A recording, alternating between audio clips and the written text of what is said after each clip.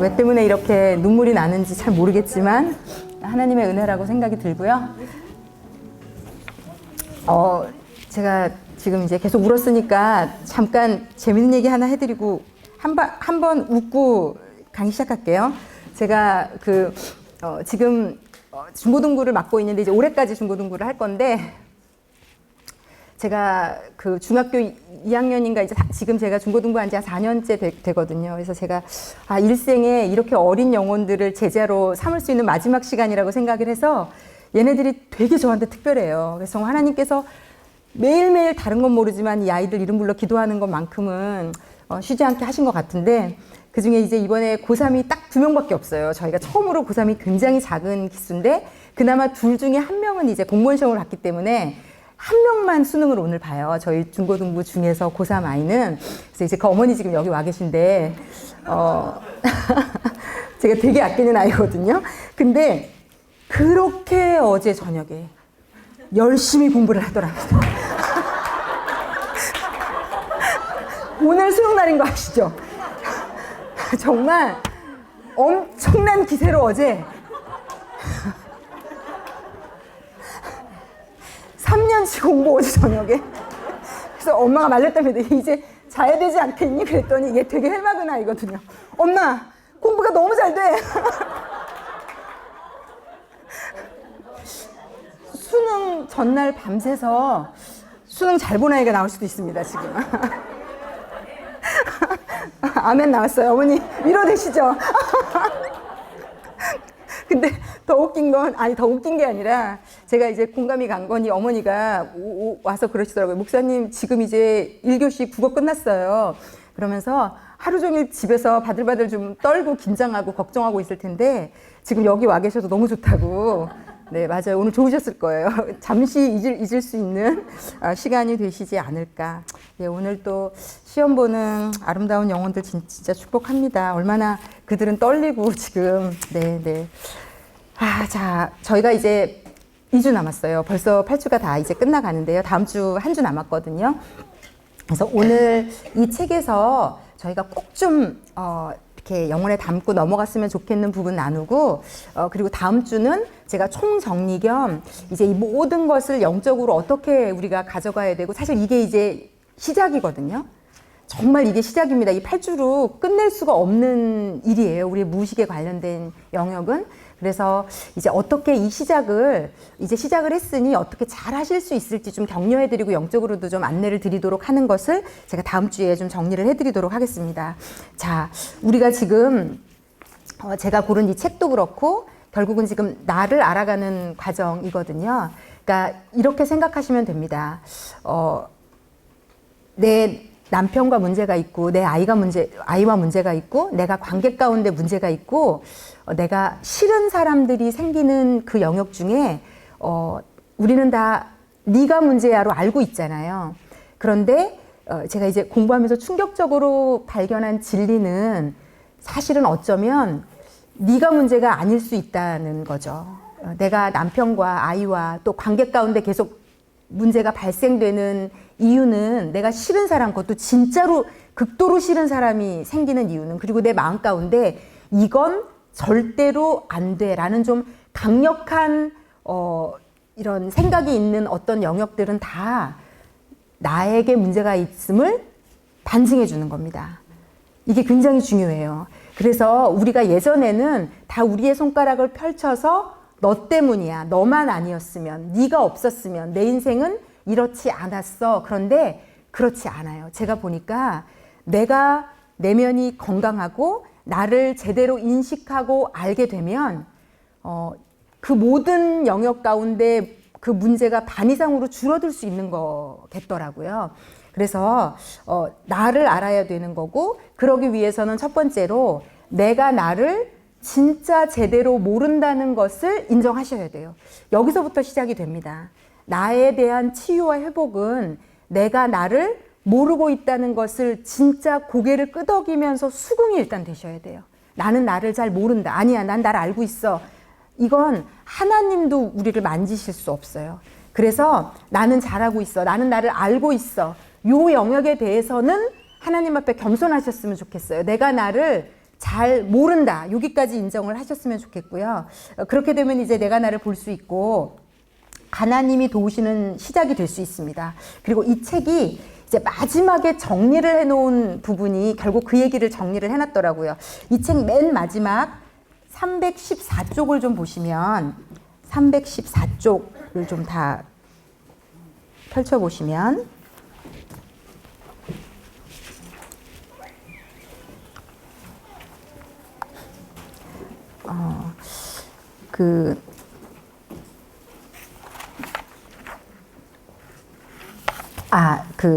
이 책의 313쪽 먼저 한 장을 더 넘겨보시면은요. 앞으로 가보시면 제가 하나, 둘, 셋 위에 세 번째 줄부터 좀 읽어볼게요. 이게 되게 의미심장한 얘기거든요. 저는 당신도 매일 밤 자기 전 하루 일을 돌아보며 자신을 반성하기보다 자신을 용서했으면 좋겠습니다. 라고 얘기해요. 이건 제가 좀 자세히 설명을 드릴 텐데 이게 무슨 의미인지. 더 나은 사람이 되기 위해서는 용서보다는 자기 반성을 해야 하는 게 아닐까요? 라고 묻는다면 원래 더 나은 사람이라는 것은 없어요. 라고 대답할게요. 예, 이게 생각에 좀 전환이 필요해요. 더 나은 사람이라는 건 없다. 왜냐하면 세상에 나쁜 사람은 있지만 못난 사람은 없거든요. 그래서 누가 더 낫다라고 말할 수 있는 더 나은 사람도 없습니다.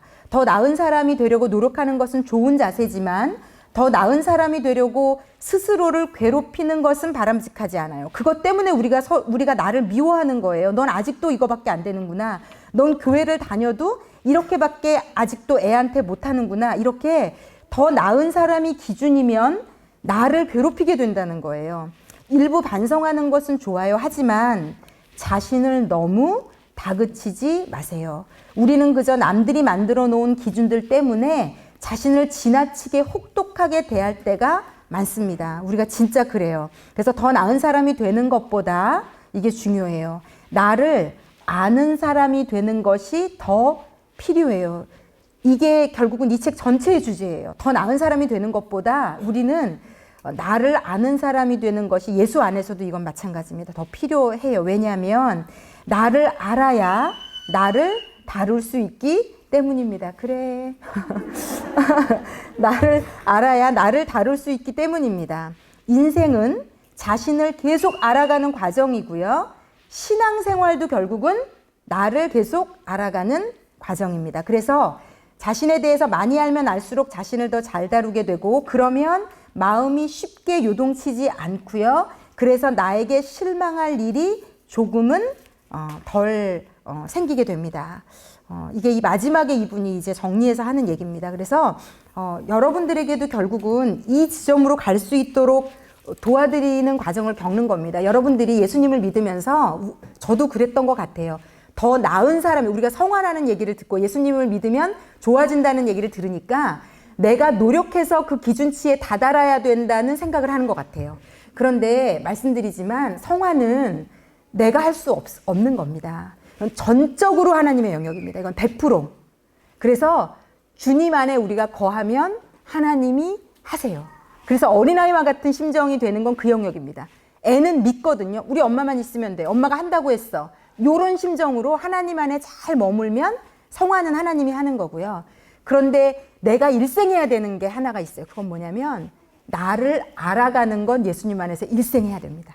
나를 알아가는 거, 나를 인식해가는 거. 그래야 회개도 되고 성화도 되고 성장도 되고 이 변화도 되고 이 모든 건 나를 알아가는 게 되면 하나님이 그 나머지는 하시는 겁니다. 그래서 그렇게 좀 이해를 하시면 좋을 것 같고요. 자, 그런데 우리가 나를 알아야 되는데 지금까지 매주 부모에 대해서 다뤘습니다. 제가 또 정리를 해드리자면. 그런데 부모는 도대체 왜 자꾸 얘기를 하는 거냐? 나만 얘기하면 되지. 그런데 그 이유가 우리가 지금 나를 채찍질하고 나를 미워하고 나를 싫어하는 부분이 있는데 이 모든 영역은 제가 제 자식한테도 그렇게 하고 있었던 것 같고 우리는 우리 부모를 통해서 나에 대한 거울이 생겼어요. 이건 나의 좋은 점이야. 이건 나의 나쁜 점이야가 출발이 가장 많은 영역을 나에게 투사해 준 게 부모님이에요. 그래서 이걸 왜 다뤄야 되냐? 나를 아는 데 있어서 이게 되게 좀 심리학이나 이런 쪽으로 어려운 얘기더라고요. 제가 책을 읽어보면 우리가 나를 하나의 개체로 온전히 이해하고 사랑해야 되는데 우리가 지금 다 그걸 못하고 있어요. 이게 되게 중요해요. 우리가 나는 하나인데 이 안에 여러 가지 내 모습이 있잖아요. 내 성향, 성격, 기질, 내 감정 여러 가지가 있는데 그 중에서 내가 좋게 여기는 부분이 있고요. 내가 되게 싫어하고 미워하고 안 좋아하는 영역이 있어요. 그런데 내가 안 좋아하게 된 이유는 어릴 때 부모님한테 야단을 맞은 거예요. 그걸로. 너 왜 이렇게 화내니? 너 지금 엄마가 이렇게 힘든데 짜증내면 돼, 안 돼? 그러니까 엄마가 힘든 걸 이 아이한테 투사해서 네 잘못이야. 엄마가 지금 열받는 것도 애들은 그렇게 받아들이는 거죠. 아, 내가 엄마에게 짜증을 나게 하고 있구나. 그러니까 엄마를 귀찮게 할 수밖에 없는 아이인데 엄마를 귀찮게 해서 엄마가 화를 낸 거를 받으면서 내 존재가 엄마를 짜증나게 한다고 나도 모르게 여기도 아무도 이걸 계산하고 그렇게 된 사람은 없어요. 계산하지도 못하고 알지도 못한 사이에 나라는 존재는 엄마를 힘들게 하고 있어가 되면 아이는 엄마가 우주고 엄마가 전부고 엄마를 세상에서 제일 좋아하니까 엄마를 힘들게 한 나까지도 미워해요. 이렇게 됐다는 거죠. 그래서 우리 영역 안에는 좋아하는 나와 싫어하는 나가 나는 하나인데 이걸 내가 분리를 해놓은 거예요. 그래서 이걸 이제 심리학적으로는 자아가 통합되지 못했다라고 얘기해요. 지금 이거 너무 어려운 얘기를 제가 나름 굉장히 쉽게 지금 이해할 수 있게 말씀드리는 거거든요. 나를 하나로 보지 못하고 좋아하는 나, 싫어하는 나로 이렇게 이분법적으로 나눠서 싫어하는 나는 계속 미워하고 있다는 거예요. 계속 미워하고 있는. 그래서 이 미워하고 있는 나는 내가 나를 미워하니까 우리가 뭘 시작했냐면 그 모습을 다른 모습으로 커버하고 가리는데 일생을 보내왔어요. 공부를 잘하는 걸로 뭐 외모를 인정받는 걸로 아니면 어떤 건지 모르겠어요. 여러분 우리 다 달라요. 무언가로 계속 걔를 못 나오게 하고 막아놓고 억압하고 눌러놨기 때문에 이게 문제가 뭐냐면 내 내면이 계속 공허해지고요. 외롭고요. 열심히 사는데 외로워요. 공허해요. 무언가를 결과를 받아 가졌는데도 그때는 막 좋았는데 바로 뒤이어서 허무해요. 공허해요. 사람은 나 자신을 통합적인 하나로 끌어안고 사랑할 수 있어야 나와 나의 관계가 원만해야 그 다음 남편과 아이와 대인 관계가 원만해진다는 거죠. 감당할 수 있다는 거죠. 그런데 우리가 누군가의 관계에서 자꾸 삐걱거리고 내가 누군가를 금을 긋고 이런 여러 가지 상황이 되는 이유는 내가 나를 통합적으로 끌어안지 못하는 사람들이 대부분 다른 사람과의 관계에 문제를 가져온다는 거죠.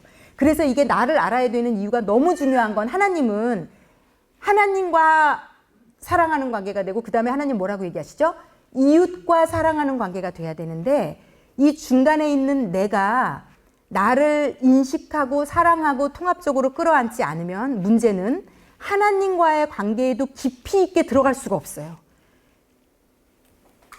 이게 되게 큰 문제예요. 많은 분들이 그런 걸 호소해요. 하나님을 사랑하는 게 뭔가요? 사랑을 받는다는 게 뭔가요? 열심히 봉사하고 하라는 걸 다 하고 성경 공부하고 다 했는데 느껴지지 않아요. 잘 모르겠어요.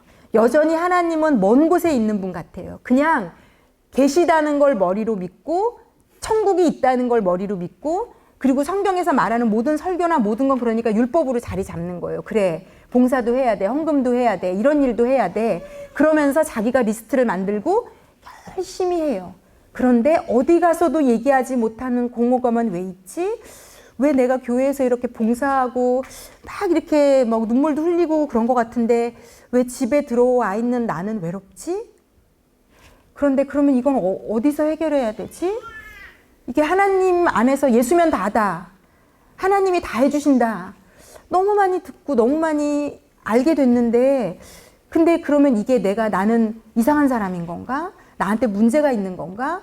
이렇게 이제 그러니까 자기를 예수님 안에서도 더 안 좋아하는 거예요. 똑같이 예수 믿었는데 왜 저 사람은 저렇게 성장하는 것 같은데 나는 왜 이 정도밖에 안 되지? 거봐. 나는 여전히 열등생이고 나한테 문제가 있는 거야. 그래서 자기를 더 미워하게 되면 이게 내가 더 낙동강 오리알이 되니까 관계 가운데 교회 안에서도 관계 가운데 문제가 계속 발생하기 시작할 거예요. 이게 하나님과 열리지, 계속 노력하지만 왠지 열리지 않고. 그래서 이 나에 대해서 인식하고 아는 게 굉장히 중요해요. 제가 그 슬라이드 좀 먼저 보여주시겠어요? 수치심하고 죄책감이 어떻게 다른지. 이게요, 내가 나를 통합적으로 끌어안지 못하는, 이거 굉장히 어려울 수 있지만 중요한 얘기인데요. 죄책감과 수치심이라는 게 있는데 이거 두 개는 많이 달라요. 많이 다릅니다. 죄책감은 나는 나쁜 행동을 했다라고 느껴서 마음이 불편한 거예요. 그러면 근데 이거는 좀 괜찮을 수 있는 게 하나님 앞으로 가지고 나와서 회개를 하고 씨름을 하면 해결되기가 굉장히 쉬워요. 왜냐하면 그 행동에 대한 부분이기 때문에. 그런데 문제가 뭐냐면 수치심이 우리 안에 있는 게 심각한 문제예요. 이게 나를 자아를 분열시키고 내가 나를 끌어안지 못하게 하는 영역이에요. 이건 뭐냐면 나는 나쁘다라고 생각하는 거예요. 그 행동과 나를 분리하지 않는 거예요. 거봐, 계속 이러는 거 보니까 그렇지, 내가 이 모양 이 꼴인 이유는 그러니까 나를 싫어하고 미워하고 나 존재 자체를 부정하는 거예요. 근데 여러분 그거 아시죠? 어떤 모임이나 이런 데서 나를 지속적으로 싫어하는 사람 만나본 적 있으세요? 왠지 왜 때문인지 모르는데 저 사람이 나를 안 좋아하는 걸 알겠는 거죠. 그럴 때 기분 어떠세요? 내가 계속 그 모임을 가야 돼. 그런데 저 사람의 눈빛과 태도와 말은 너무 나를 밀어내는 게, 계속해서 밀어내는 게 느껴지는 거죠. 그러면 그 모임 가기 싫죠. 그 사람 만나는 게 두렵죠. 그리고 굉장히 부담스러우실 거예요. 그런데 이걸 내가 나에게 매일 하고 있다고 한번 생각해 보세요. 우리는 문제가 뭔가 하면 나를 객관화시킬 능력이 없어요. 남은 보이잖아요. 아씨 열받아, 저 사람이 나 싫어해. 이걸 알잖아요. 알면 뭔가 계산을 하고 생각을 하고, 자 그럼 이제부터 어떻게 할 것인가, 저 인간을 미워하고 안 볼 것인가, 아니면 어떻게 노력을 해볼 것인가. 내가 나름 객관화가 되면 생각이라는 걸 하거든요. 나를 싫어하는 누군가를 어떻게 해결할 것인지를. 예수를 믿는 분들은 하나님 앞에 막 기도도 해보기도 하고 막 씨름도 하기도 하고 계속 봐야 되고, 피할 수 없으면 막 하나님 앞에 막 용서도 했다가 미워도 했다가 막 하나님 정말 너무 싫어요, 오늘 내일 또 가야 되는데 너무 괴로워요, 막 뭔가를 하잖아요. 그런데 진짜 문제는 내가 나를, 넌 나빠, 난 네가 너무 싫어, 나는 너의 이게 너무 마음에 들지 않아를 어릴 때부터 언젠가부터 우리가 시작을 했는데 이건 객관화시킬 능력이 없는 거예요. 그래서 내가 나를 30년이 넘게 미워해, 싫어해, 난 네가 마음에 들지 않아, 거울을 보고도 이런 게 마음에 들지 않아, 무슨 일이 터지면 그래 네가 원래 그렇지 뭐. 그러니까 나도 모르게, 다음 주에 요 방식들을 좀 정리해 드릴 건데, 나도 모르게 내면에서 끊임없이 나를 향한 목소리가 있어요. 저는 이제 이걸 알아챘어요. 이게 이런 말씀을 듣고요, 알아채기로 좀 마음을 먹고 나면 내가 나에게 하고 있는 소리들이 들리기 시작할 거예요. 그리고 이걸 잡아서 예수께로 끌고 와서 해결해야 돼요. 내가 나를 더 이상 미워하지 못하게. 왜 우리가 아이들끼리 서로 너무 미워하거나 그러면 말리잖아요. 아이에게 설득을 하거나 그 상대에 대해서 얘기를 해주거나 아이를 달래거나 말리거나 야단치거나 그 관계 회복을 위해서 노력을 하잖아요. 아이를 놓고도. 자, 그런데 우리가 나를 놓고도 이 노력이 있어야 되기 때문에, 이게 가장 근본적이고 중요한 출발이기 때문에 이 8주를 지금 한 겁니다. 이게요, 그런데 누구도 가르쳐 주지 않아요. 누구도. 내가 나를 미워하고 있다는 것도 몰랐고요, 내가 나를 존재 자체를 싫어하고 부정하고 있는지도 모르면서 끊임없이 내 안에서 나를 부정하고 싫어하고, 이 수치심은 원죄를 가진 모든 인간에게 있습니다. 원죄를 가진 모든 인간에게 태어날 때부터 존재해요. 그러니까 이걸 세상 심리학과 과학자들은 알아낼 수 없어요. 근데 우리는 알잖아요. 아담과 하와가 선악과를 따먹고 제일 먼저 한 일은 부끄러워서 자신의 몸을 가리고, 그러니까 본인이 수치스럽다고 여긴 거예요, 아담이. 너무 놀랍죠? 그 전까지는 자기가 자신을 수치스럽다, 나쁘다, 이상하다라고 생각해 본 적이 없어요. 그런데 죄라는 게 들어오면 이 죄가 하는 가장 큰 강력한 역사는 뭐냐면 내가 나를 미워하게 하는 거예요. 그러니까 이게 우리는 다 설교를 듣고 성경을 읽으면서 저도 어떻게 받아들였냐면, 아, 원죄가 생겨서의 문제는 내가 하나님과 관계가 끊어지고 내가 이웃을 싫어하게 됐구나 정도로 이해했어요, 제가. 그런데 이 모든 영역 중에 제일 원죄로 인해서 문제가 생긴 영역이 뭔가 하면 내가 나를 싫어하게 됐다는 거예요. 내가 나를 온전히 통합적으로 괜찮아 라고 하지 않고 있다는 거예요. 이걸 제가 처음 알게 된 것 같아요. 그런데 이게 그러니까 예수님이 이걸 해결해 주신 거였구나. 제가 예전보다 제 분노가 사라지고 막 미친 여자처럼 분노했던 것들이 끊어지고 사라진 이유가 은혜를 받아서인데, 그게 구체적으로 무슨 은혜를 뭐 어떻게 받아서 해결됐는지 몰랐는데 내가 나를 끌어안게 된 거였더라고요. 그러니까 여러분, 예수를 믿고 공허하고 외롭고 힘들고 예수를 믿으면서도 미친 듯이 분노하는 이유는, 자, 여기서 요거를 딱 일단 인정하셔야 돼요. 내가 나를 나쁘다 라고 하고 있어서 그래요. 제가 아주 오늘 결론을 내려드릴게요. 내가 나를 나쁘다라고 하고 있어서 그래요. 우리가 남을 미워하는 건 죄책감을 느껴요. 예수를 믿으면. 막 남한테 뒷담화, 우리 예수 믿지만 뒷담화 할 수 있잖아요. 실컷 뒷담화 했어요. 그러고 나면 예배 드리거나 뭐 찬양 부르거나 기도할 때는 그 인간, 100% 그 인간이 잘못한 거 알지만 죄책감이 들어요. 그래서 하나님 앞에 할 수 없이 기도라도 해요. 하나님, 내가 너무 미운데요.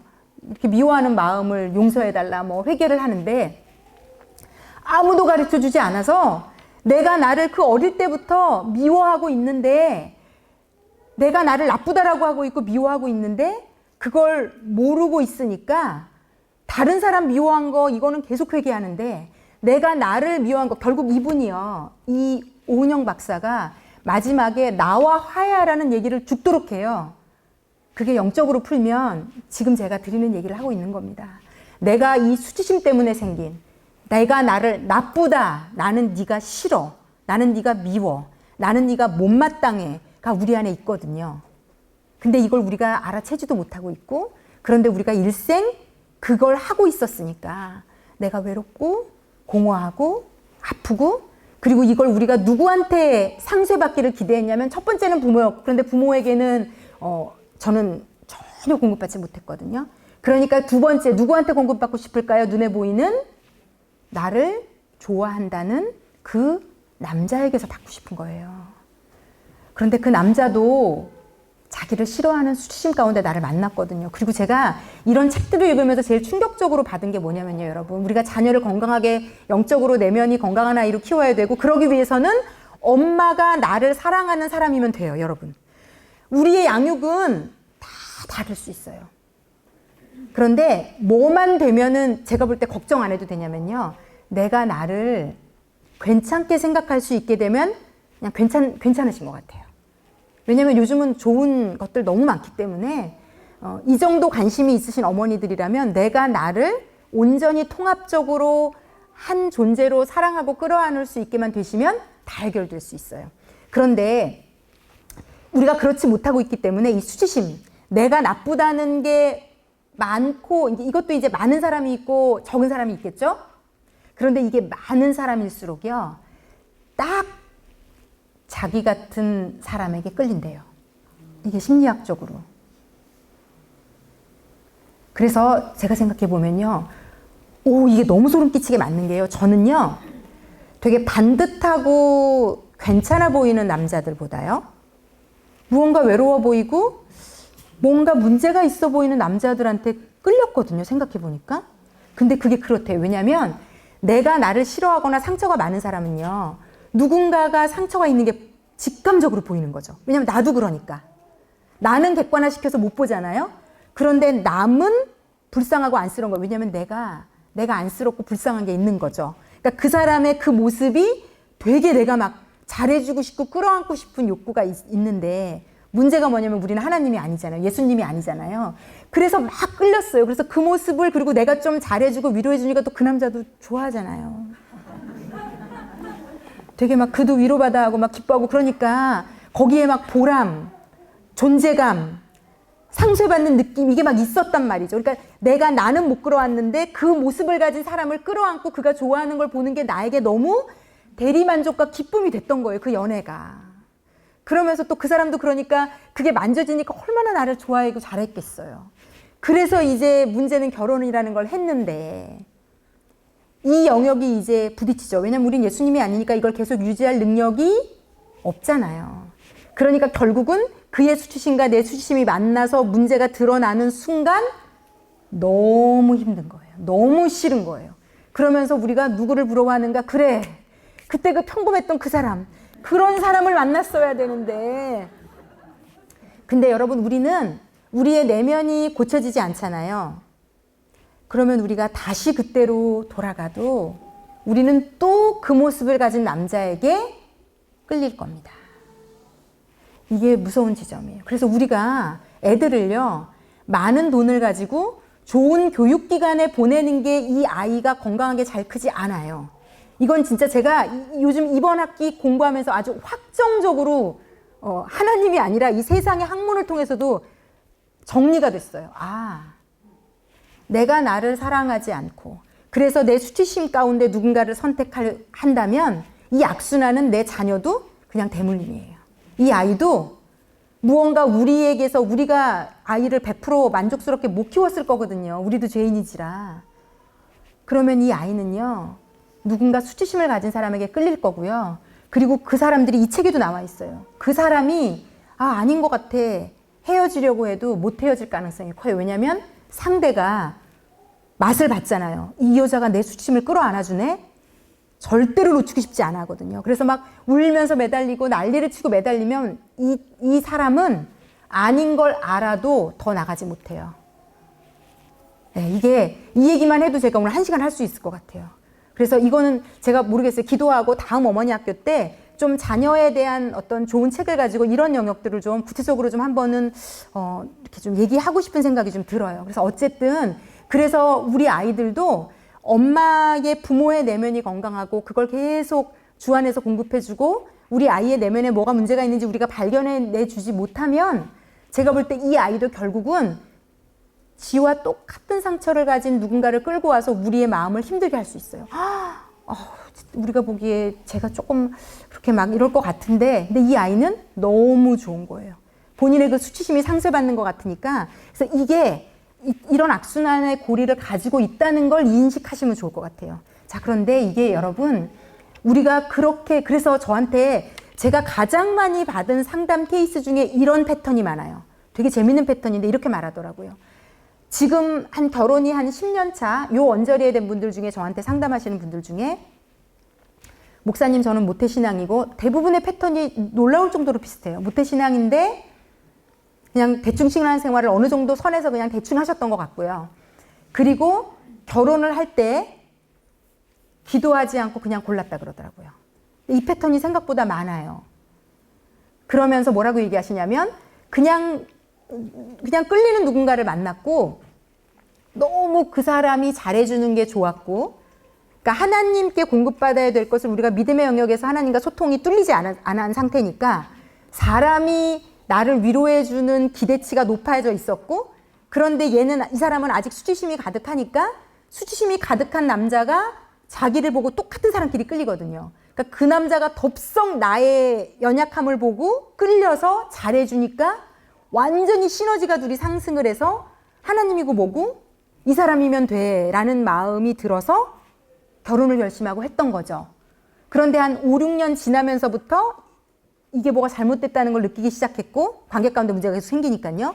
그러면서 이제 한 7, 8년 이상 넘어가시면서 저 같은 사람에게 전화를 하시면서 울면서, 그런데 이분들이 똑같이 하는 멘트가 있어요. 목사님, 제가 기도하지 않고 사람을 골라서 이렇게 됐나 봐요 라고 얘기하더라고요. 근데 제가 볼 때 기도했어도 비슷한 사람을 만나셨을 거예요. 네. 이게 어떤 메커니즘인지 좀 이해는 되시죠? 네. 이게 어차피 그럴 거기 때문에 하나님으로부터 그 영역이 만짐을 받지 못하면 어차피 그 패턴으로 계속 가게 돼 있겠더라고요. 그래서 내가 나를 아는 건 너무 중요한데, 우리는 모든 예수를 믿던 안 믿던 모든 사람은 내가 나쁘다라고 규정한 영역들이 있고요. 저는 굉장히 크고 많은 사람이었던 거예요. 내가 나를 끊임없이 싫어하고 끊임없이 경멸하고 미워하고 비판하고 판단하고, 그리고 내가 나에게 하고 있는 이걸 우리가 다 남한테 하고 있다고 보시면 돼요. 그러니까 비판, 경멸, 완벽주의, 뭐든지 완벽하게 잘 해내야 돼. 실수하면 안 돼. 실패하면 안 돼. 막 이런 모든 것들. 그렇게 내가 싫어서 나를 계속 닥달하니까 내 안에 쉼이 없고 내 안이 뭔가를 열심히는 하고 있는데 지치고 문제는 외롭고 허무하고 공허하고 내가 다 남들이 보기에는 나를 부럽고 괜찮다고 여기는데 왜 그 중심에 있는 나는 껍데기 같지? 이렇게 되는 거예요. 그래서 나를 인정하고 인식하고 알아가시는 과정은 너무 중요하고 하나님이 제가 말씀드리잖아요. 예배와 말씀과 기도 가운데 나를 알아가는 시간을 주실 거고요. 그런데 이게 왜 놀랍도록 은혜가 될 거냐면요. 예수님이 피 묻은 손으로 뭘 하는 거가 계속 느껴지실 거냐면 자꾸 나에게 남들이 들으면 호런데 피 묻은 손으로 내가 너를 너무 사랑해. 이 얘기를 하나님은 진짜 미칠 듯이 지금 하고 계시거든요. 근데 이제 우리가 아직 하나님과 정면으로 마주 못 서 있어요. 왜냐하면 내가 나를 너무 많이 나쁘다고 생각하고 있고 부정해 왔고 그렇기 때문에 어떤 영역에서는 살짝 은혜가 됐다가 또 그렇지 않았다가 교회 안에서 열심히 이제 그냥 사는 거거든요. 또 매번 은혜 받지도 않잖아요. 또 문제는 모든 예배 가운데 매번 은혜 받지도 않잖아요. 그러니까 이게 메말라가고 이 악순환이 주 안에서 반복될 수 있어요. 그래서 이제 이런 영적인 어떤 그 이어짐은 제가 다음 주에 쭉 정리를 좀 해드릴 거고요. 어쨌든 내가 나를 통합적으로 끌어안고 있지 않다까지는 인정하셔야 돼요. 우린 누구도 나를 통합적으로 끌어안고 사랑하고 괜찮다고 말해주고 하는 분들은 없거든요. 그러니까 신앙의 업앤다운, 나의 신랄함, 나의 이상한 모습, 나의 인정하고 싶지 않은 어떤 행동들, 상태들 다 여기서 시작했을 가능성이 너무너무 높아요. 저는 거의 다라고 생각해요. 나는 나쁘다. 그래서 이 8주가 끝났을 때 내가 의지적이고 인식적으로 나는 나쁘지 않아 라고 누군가 어떤 내 안에 내면에 제가 지난주에 2500번인가라고 말씀드렸지만 교류 관계학자들 그 연구하는 분들이 제가 책을 꼼꼼히 이번 주에 공부하면서 봤더니 25,000시간 분량의 우리 안에 내면에는 이건 학자들이 연구해서 발표한 거예요. 모든 사람의 내면에는 25,000시간 분량의 나를 부정하고 부인하는 소리들이 존재한대요. 무섭죠. 네. 그래서 근데 예수 믿는 사람은 요거 인식하면 예수님의 보혈로 말씀으로 다 해결할 수 있습니다. 진짜예요. 이게 진짜 우리는 확실히 해결할 수 있는 분을 딱 두고 지금 이런 강의를 듣는 것과 제가 세상 사람들이 이걸 다 들어도 그분들은 어떻게 해결하지? 라는 생각이 사실 저는 들어요. 이 세상 방식만으로는 정말 너무 부족해요. 이걸 해결할 수 있는 방식이. 근데 우리는 해결할 수 있다라는 생각이 들고요. 어쨌든 뭐 그런 겁니다. 그래서 우리가 부모라는 분을 자꾸 우리의 이 모든 강의에 떠올리게 한 이유는 내가 나를 통합적으로 끌어안는 데 있어서 원래 네가 나쁜 게 아니었어. 그때 너희 부모도 몰라서 너를 그렇게 투사했던 거고 너한테 그렇게 말했던 건데 네가 그걸 너무 지금 굳건히 믿고 있는데 그렇지 않아. 그때의 그 5살 때, 10살 때 혼났던, 막 주눅 들었던, 내가 나쁘다고 생각이 심어졌던 그 시간으로 돌아가서 하나님이 하고 싶으신 건 나를 끌어안고 그 10살의 나를 끌어안고 누구누구야 그렇지 않아. 엄마가 지금 너한테 이렇게 말했는데 네가 나쁜 게 아니야. 네가 요 행동을 잘못한 거야. 그것도 어려서, 몰라서, 부주의해서. 그리고 이건 네 탓이 아니야. 라고 하나님이 다 재해석을 해주시는 과정이라는 거죠. 자, 그래서 부모가 우리에게 상처가 된 건 3가지 이유인 것 같아요. 제가 영적으로도 이제 해서 고민을 하면서 좀 정리를 해본 것은 첫 번째는 우리 부모도 다 죄인이에요. 그분들도 부모에게도 수치심을 투사받았고요. 본인도 태어날 때부터 나는 나쁘다가 영적으로 원죄를 가졌기 때문에 있었고요. 그리고 그 환경 가운데 수치심이 있었으니까 여러분 수치심이 있는 사람은 자식을 키울 때도 그 수치심을 계속 투사해요. 자기도 모르게. 정말 나는 모르고 투사해서 심지어 기억도 못해요. 아이가 얘기해도 엄마가 그랬잖아. 저도 하나님이 제가 이 강의를 하고 있어서 그런지 이번 주에 아이랑 지난주에 좀 확 그랬다가 하나님이 화해하게 해주신 일이 있었거든요. 아이가 별것도 아닌데 너무 짜증을 내더라고요. 그래서 왜 이렇게 너 엄마한테 짜증을 내니? 그랬더니 저한테 바로 뭐라고 받아치자면 엄마, 내가 엄마한테 짜증 낼 때마다 내가 왜 엄마한테 짜증 내지 생각해봤다? 그러는 거예요. 생각을 해보셨답니다. 생각을 해보셨더라고요. 이분이. 생각을 안 하시는 줄 알았더니. 생각을 해봤는데 엄마가 나한테 그랬던 기억들이 기억이 난다는 거예요. 근데 저는 기억도 안 나거든요, 사실은. 뭐 우리가 사실은 여러분, 우리가 얼마나 애들한테 짜증을 많이 냈겠습니까, 여러분? 이런저런 이유로, 이런저런, 걔가 원인을 제공해서도 그렇고, 내가 열받아서도 그렇고, 뭐, 이건 뭐 어떻게 뭐 계산할 수가 없죠. 저는 기억도 안 나는데, 이제 그럼 우리는 다 그런 억울한 생각이 들어요. 우리는 반본능적으로 엄마들이 이런 생각이 들어요. 아니, 내가 너한테 잘한 게 얼만데 그 못한 걸 가지고 막 이렇게 이제 플러스 마이너스 하고 싶죠. 근데 이제 이런 식의 논리적인 계산은 자식과는 이루어질 수 없다. 내가 아무리 셈을 많이 하고 막 나열해도 그 한 번의 어떤 아픔은 아픈 거니까 이 책에서도 그렇게 얘기하잖아요. 어쨌든 그래서 제가 예전 같았으면 막 억울한 마음에 막 얘랑 실갱이를 막 했을 거예요. 그런데 좀 생각을 하게 되더라고요. 그래서 그래 일단 인정해 주자. 아이가 그것 때문에 무언가가 그러니까 제가 짜증을 내면 무언가가 올라오는 게 저도 알겠어요. 얘가 원래 그런 아이가 아닌데 유독 민감하게 반응이 있어요. 제가 짜증내는 거예요. 제가 톤이 높아지는 거예요. 조금만 바뀌어도 되게 민감하게 바로 막 몇 배의 그 에너지로 저한테 나쁘게 돌아오거든요. 그래서 제가 그날 이제 단일 기도회를 얘가 오고 있는데 끝나고 집에 가는 차 안에서 제가 진심으로 사과했어요. 석현아, 엄마가 잘 기억도 안 나고 잘 모르는데 네가 그렇게까지 반응할 정도면 그게 맞는 것 같아.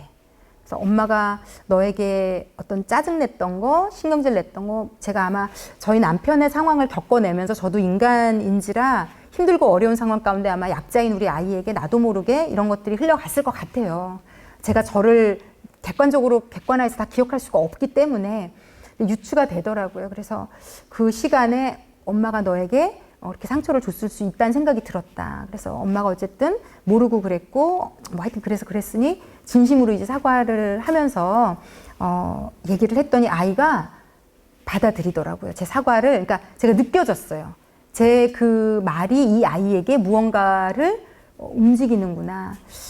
그리고 그렇게까지 사과했어요. 그러면서 엄마가 그랬던 것들이 석현아, 네가 너를 괜찮지 않게 생각하는데 그렇게 만들었을까 봐 엄마가 미안하다.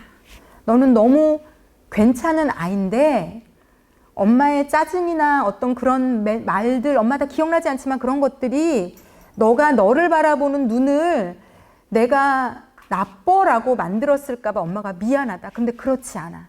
너는 진짜 너무 괜찮은 아이야 라고 이제 마무리를 해주고 그 다음날부터 아이가 너무 친절해진 거예요. 네. 근데 이게 의지적으로 하는 느낌이 아니라 무언가 아주 작은 응어리라도 하나님이 만지시지 않았을까. 그리고 제가 지금 이 강의를 하고 있기 때문에 아이를 놓고 이렇게 구체적으로 기도하거든요. 제가 이렇게 나눠드리는 이유는 우리 어머니들도 좀 이렇게 좀 써먹으실 수 있을 것 같아요. 아이들에게. 아이들이 마찬가지예요. 제가 그러잖아요. 우리가 무언가 과민하게 반응하는 건 이제 다음 주에 이것도 자세히 곰곰이 생각해. 저는 요즘은 제가 딱 신경이 예민해지면 이제 연습을 많이 했기 때문에 뭔가가 딱 건드려지면 딱 멈추게 돼요. 이게 연습을 계속하면 이렇게 돼요. 잠깐만, 왜 내가 지금 심리적으로 왜 평소와 다르지? 내가 지금 왜 화가 나고 있지? 이유가 뭘까? 그럼 이제 예를 들어서 남편이 뭘 했어요. 그런데 이렇게까지 왜 화가 나지? 이제 분석이라는 게 가능해졌어요. 저는 요즘. 그래서 이제 물론 요게 이제 요 생각 안에서만 딱 멈추면 제일 좋지만 그 이상 갈 때도 있지만 이제는 잡아오는 거를 할 수 있는 어떤 이제 연습 훈련이 됐거든요. 그래서 이제 이걸 하다 보면 이제 나에 대해서 계속 내 25,000시간의 소리를 계속 듣고 딱 잡아내고 하나님께 가져다서 없앨 수 있는 어떤 그런 이제 순환이 이제 저는 시작이 됐더라고요. 그래서 이제 그걸 하게 해드리고 싶어요. 다음 주에 정리해서는 여러분들이 그걸 시작하게 해드리고 싶은데 아이들도 마찬가지예요, 여러분. 우리가 아이가 과하게 짜증, 신경질, 이상한 짓을 할 때 우리 굉장히 달래고 그게 안 될 때는 열이 받고 폭발하잖아요, 우리가. 근데 아이도 마찬가지예요. 얘가 무언가가 과해지는 영역은 다 그 아이 내면에 무언가가 있다는 얘기예요. 그리고 그 영역은 아이가 자기를 나쁘다라고 생각하는 영역일 가능성이 아주 많아요.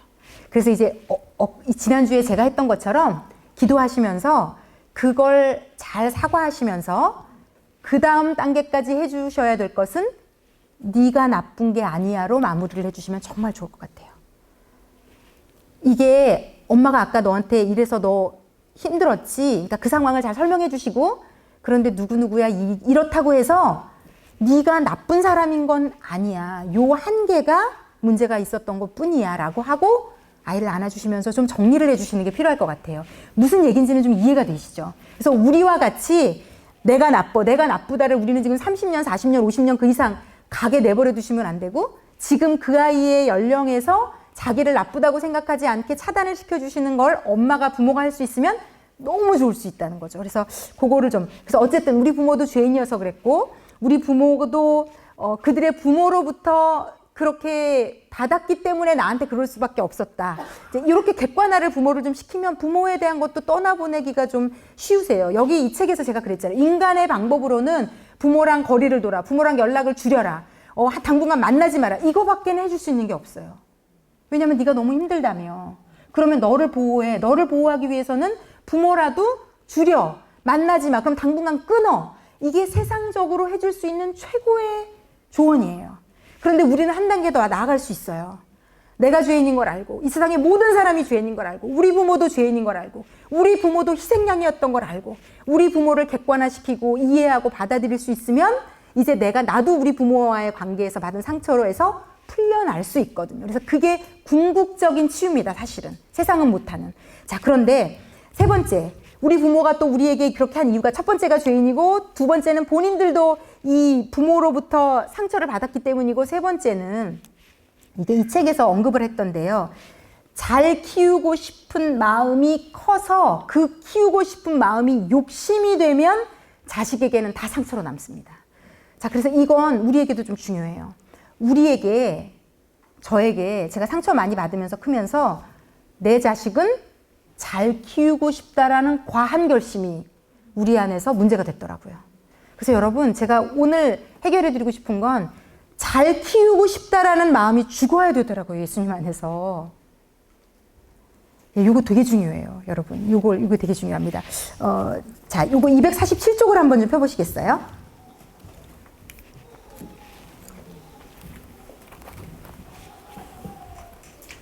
(247쪽에) 보면요.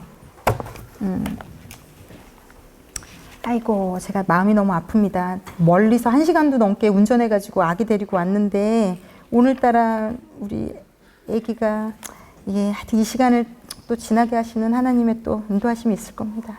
247쪽에 보면, 자, 제가 읽어볼게요. 이 제목도 그래요. 잘 키우고 이게 세상적으로도 그렇다는 거예요. 잘 키우고 싶은 생각이 너무 강해지면 그 안에 내 욕심이라고 돼 있고요. 이 욕심이 커져서 우리는 아이들을 망치고 차라리 이 욕심이 없는 사람보다 더 아이들을 괴롭히고 있는 게 되는 거거든요. 자, 아이를 잘 키우고 싶은 생각은 매우 선한 의도이고 사랑입니다. 저는 그 생각을 절대 비난하지 않아요. 그런데 그것이 조금 과해지면 일종의 욕심이 됩니다. 아이에 대한 사랑도 너무 지나치면 내 욕심이 되어갑니다. 부모는 늘 그것을 경계해야 해요. 나는 내 아이를 이렇게 키우고 싶다는 건 내 욕심이에요. 이걸 인정하셔야 돼요. 내가 아이를 이렇게, 이런 방향, 이런 방식, 이런 사람, 다 내 욕심이에요. 이건. 그래서 이건 십자가에 못 박으셔야 돼요. 영적인 것까지도 마찬가지입니다. 이거 되게 중요해요. 제가 좀 설명드릴 거예요. 자, 그리고 오히려 해봐야 되는 질문은 그 밑에 있는 질문이에요. 이 아이는 나에게 무엇을 원할까? 이 아이가 살아보고 싶은 인생은 무엇일까를 고민하고 생각하고 기도도 이렇게 하셔야 되는데, 이제 기도의 방식은 제가 또 설명드릴 겁니다. 어쨌든 내가 내 아이를 이런 아이로 키우고 싶다는 건 100% 죽어야 됩니다. 우리 안에서.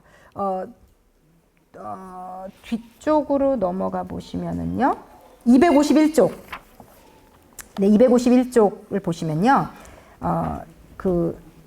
한 달랑 밑에 읽어볼게요. 머리가 좋아도 공부 재능이 없는 아이들이 있습니다. 이걸 끝까지 우기시면 안 돼요. 어머니 여러분,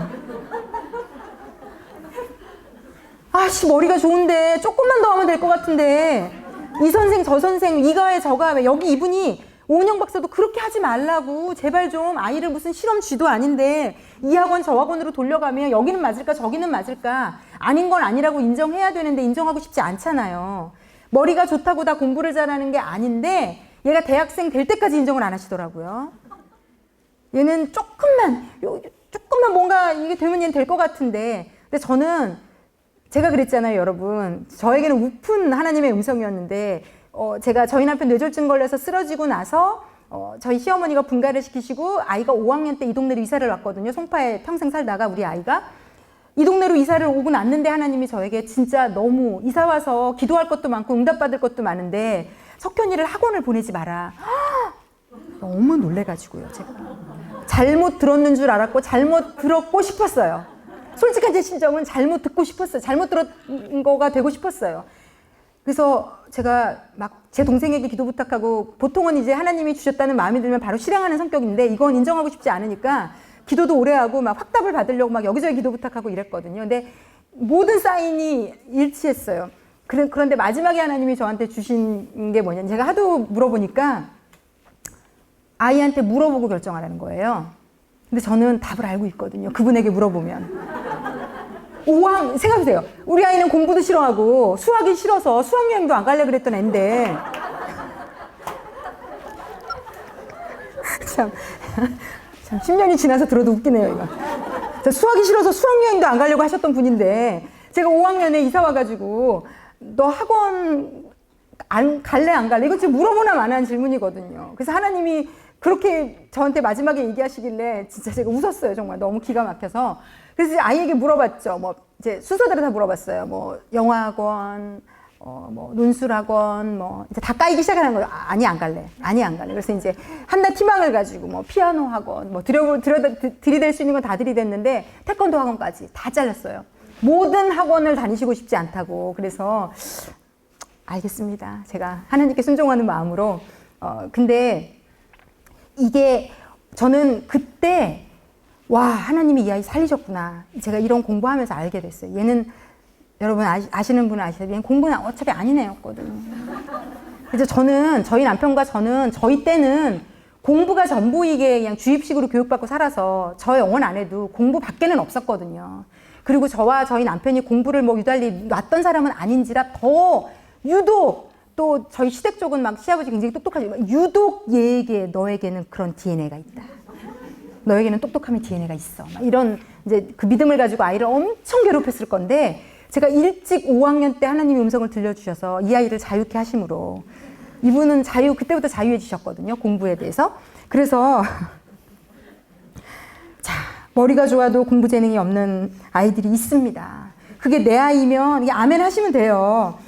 다 머리가 좋다는 이유로 성적을 너무 강조하면 이게 문제라는 거죠. 결국 그것 때문에 공부가 아닌 다른 일을 잘할 수 있음에도 하나님은 다른 은사를 분명히 주셨음에도 그 일을 하게 지탱해 줄 마음의 기둥이 무너진다는 거죠. 그러니까 우리가 일률적인 공부라는 잣대로 아이들이 무언가를 잘할 수 있는 마음의 기둥의 싹까지도 다 잘라버리는 게 문제라는 거죠.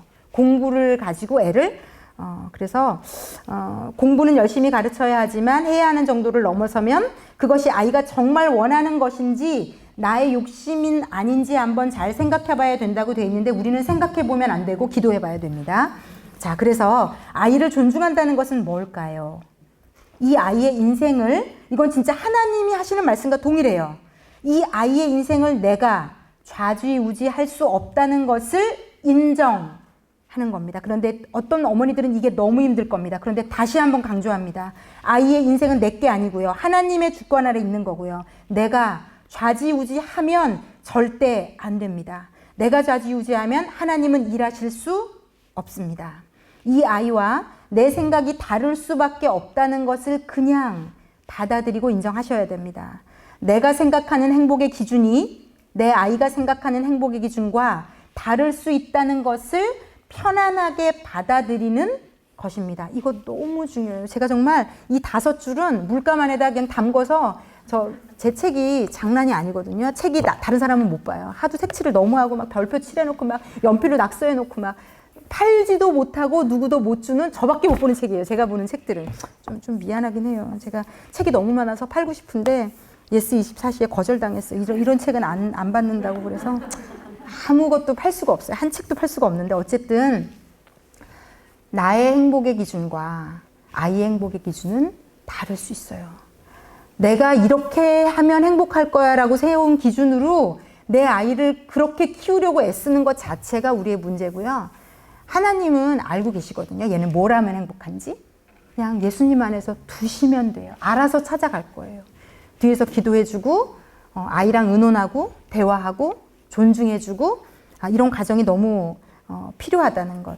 그리고 우리가 인정해야 되는 건 내 인생이 아니라 아이의 인생이라는 거고 이 아이의 진짜 주인은 내가 아니라 하나님이시라는 거고 더 중요한 건 하나님은 창세전에 이 아이를 예정해서 내 태중에 보내시기 전부터 이 아이가 대한민국 땅에 몇 년 몇 월 며칠에 태어나서 어떤 일을 하고 어떤 사람과 함께 보내며 어떻게 살다 올지에 대한 플랜이 다 있으시다는 거. 이건 믿음의 영역입니다. 이곳에 있는 교회 다니시는 어머니 여러분, 이건 믿음의 영역이에요. 그래서 내 생각을 주께로 돌리고 우리 찬양에서 고백했던 것처럼 내가 내 아이를 이렇게 키우고 싶고 내 아이가 이런 번듯한 직장에서 이렇게 돈을 벌고 이렇게 사람들에게 이런 나의 모든 기준과 생각을 십자가에 쾅쾅쾅 못을 잘 박으셔야 내 아이가 건강하게 클 수 있습니다. 그리고 제가 기도에 대해서 오늘 좀 알려드리고 싶은 포인트가 있어요. 기도 PPT 좀 보여주시면 감사하겠습니다. 자, 제가 이걸 우리 전도사님에게 기도만 먼저 띄우고 이렇게 좀 부탁드렸어야 되는데 그렇게 좀 멋있게 해보려고 그랬는데 제가 까먹었어요. 자, 기도라는 거 제가 오늘 이 기도가 뭔지를 특히 우리 예수 믿는 어머니들에게 기도가 뭔지를 좀 잘 영혼의 기도에 대한 어떤 정의가 자리 잡으셨으면 좋겠어요. 자, 기도라는 건 보통 우리는 내가 힘들고 어려운 걸 그냥 하나님한테 아뢰는 거고 그걸 하나님이 도와주시는 거라고 그냥 좀 추상적으로 생각하고 있잖아요. 그런데 기도는 굉장히 추상적인 개념이 아닙니다. 아주 구체적이고 정확한 명확한 하나님이 주신 개념을 가진 건데요. 이런 거죠. 아까도 제가 말씀드렸잖아요. 하나님은 우리 아이가 하나님 거거든요. 우리한테는 맡겨주신 거예요. 그런데 이 아이를 대한민국 땅에 내 가정에 보내실 때는 하나님은 이 아이가 태어나서부터 이제 앞으로 우리가 이 세상을 떠나서 그 이후에도 무엇을 하며 어떻게 살지가 하나님께는 그냥 하나님 손에 다 있다고 보시면 돼요. 그래서 그 손에 다 있는 걸 인정할 때 이게 건강한 기도가 되는 겁니다. 기도는 내가 원하는 것을 내가 원하는 때에 내가 원하는 방식으로 얻는 도구가 아니에요. 이건 100% 잘못된 겁니다. 그러니까 물론 우리가 믿음의 나이가 어릴 때 제가 이제 지지난주가 말씀드린 것처럼 하나님의 사랑을 3살까지는 온전히 먹어야 3살 이후부터 옳고 그름이 분별이 되고 내가 이렇게 잘 할 수 있는 것처럼 우리가 영적인 나이가 사실은 어느 정도 크기 전까지는 하나님께 그냥 무조건 쪼르셔도 돼요. 예, 그건 하나님도 다 이해하시고 우리가 아이가 왜 어린데 2살짜리가 엄마 이거 줘 저거 줘 하는 거랑 8살짜리가 2살짜리 3살짜리 동생이 한다고 옆에서 똑같이 하면 혼나잖아요. 넌 네가 알아서 해. 막 엄마가 짜증내잖아요. 그 이유는 이 아이는 알아서 할 수 있으니까 이제 가리키는 거거든요. 그래서 영적으로도 마찬가지입니다. 하나님이 우리가 영적으로 어리고 아직 무언가를 모를 때 야단치거나 알아서 하라거나 그런 걸 구하는 건 잘못됐다거나 이렇게 안 하세요. 그래서 왜 오히려 초신자들 가운데 예수 막 이제 믿은 분들 가운데 기도만 하면 응답돼요. 근데 이제 그런 분들 중에 1, 2년 지나고 저한테 와서 막 이제 울면서 요즘 하나님이 너무 멀게 느껴지고 제가 그렇게 해달라는 걸 다 안 해주시고 우리 애 키울 때랑 똑같다고 보시면 돼요. 3살, 4살인 아이가 해달라는 것과 10살 돼가지고 해달라는 거는 우리는 다르죠. 왜냐면 우리는 이 아이가 건강하게 커서 스스로 잘 사는 걸 바라는 거지 3살짜리 애처럼 엄마가 모든 것을 다 따라다니면서 해주길 원하지 않는 것처럼 하나님도 그러하세요. 하나님도 내가 스스로 하나님과 친해지고 사랑을 주고받고 친밀해지고 커서 인격적으로 소통하고 이러기를 원하시지 100% 모든 걸 하나님 이거 주세요. 그럼 그래. 하나님 이거 주세요. 그래. 요 관계는 3살짜리 애와 엄마의 관계거든요. 근데 이 관계에는 진전은 없어요. 예. 그리고 엄마도 3살은 1, 2년, 2, 3년 안에 끝나니까 하는 거예요, 우리도. 애가 3살, 4살로 10년 있다고 생각해 보세요, 여러분. 이거는 미치는 거거든요. 그리고 우리 왜 그 아픈 아이들 중에 그런 아이들 있잖아요. 뇌에 문제가 있는 뇌성마비나 이런 아이들은 3, 4살 상태로 평생 살아야 되는 20살 등치인데 그러니까 엄마가 20년 동안 3, 4살로 키우고 있는 거잖아요. 그게 얼마나 끔찍한 건지 우리 다 알잖아요. 하나님은 우리를 뇌성마비 수준으로 계속 이거 주세요, 응. 이거 주세요, 응. 그러려고 우리를 만드신 게 아니에요. 그래서 그래요. 그래서 어쨌든 그 아이에게 그렇게 3살까지는 괜찮아요. 그래서 왜냐하면 기도라는 걸 아예 그러면 아무것도 안 구해야 되겠다 하실까봐. 근데 막 쪼르셔도 되고 구하셔도 되고 떼쓰셔도 돼요. 그런데 어느 정도 이제 신앙이 크신 분들에게는 이 원리가 있으셔야 됩니다. 기도는 하나님의 뜻을 구하는 겁니다. 하나님이 하늘에 다 알고 계세요. 우리보다 더 명확하고 정확하고 넓고 크게. 내 인생, 내 남편의 인생, 우리 아이의 인생, 모든 우리의 인생의 주권자, 계획, 모든 거는 하나님 손에 다 이미 있어요. 그래서 기도는 뭐냐면요. 하나님 뜻에 있는 걸 우리가 구하는 거고요. 그 하나님 뜻에 있는 걸 구하면 순서는 이래요. 하늘에서 그 기도가 주기도문 순서대로예요. 하늘에서 그 뜻이 이루어진 것 같이 땅에서도 이루어지이다예요. 그래서 기도는 첫 번째 하나님의 뜻을 구하는 거고요. 그래서 하나님께 물어보셔야 돼요. 내 아이를 어떻게 키워야 될지는 하나님이 다 알고 계세요. 100%. 하나님 우리 아이가 이렇게 되게 해주세요는 기도가 사실은 아니에요.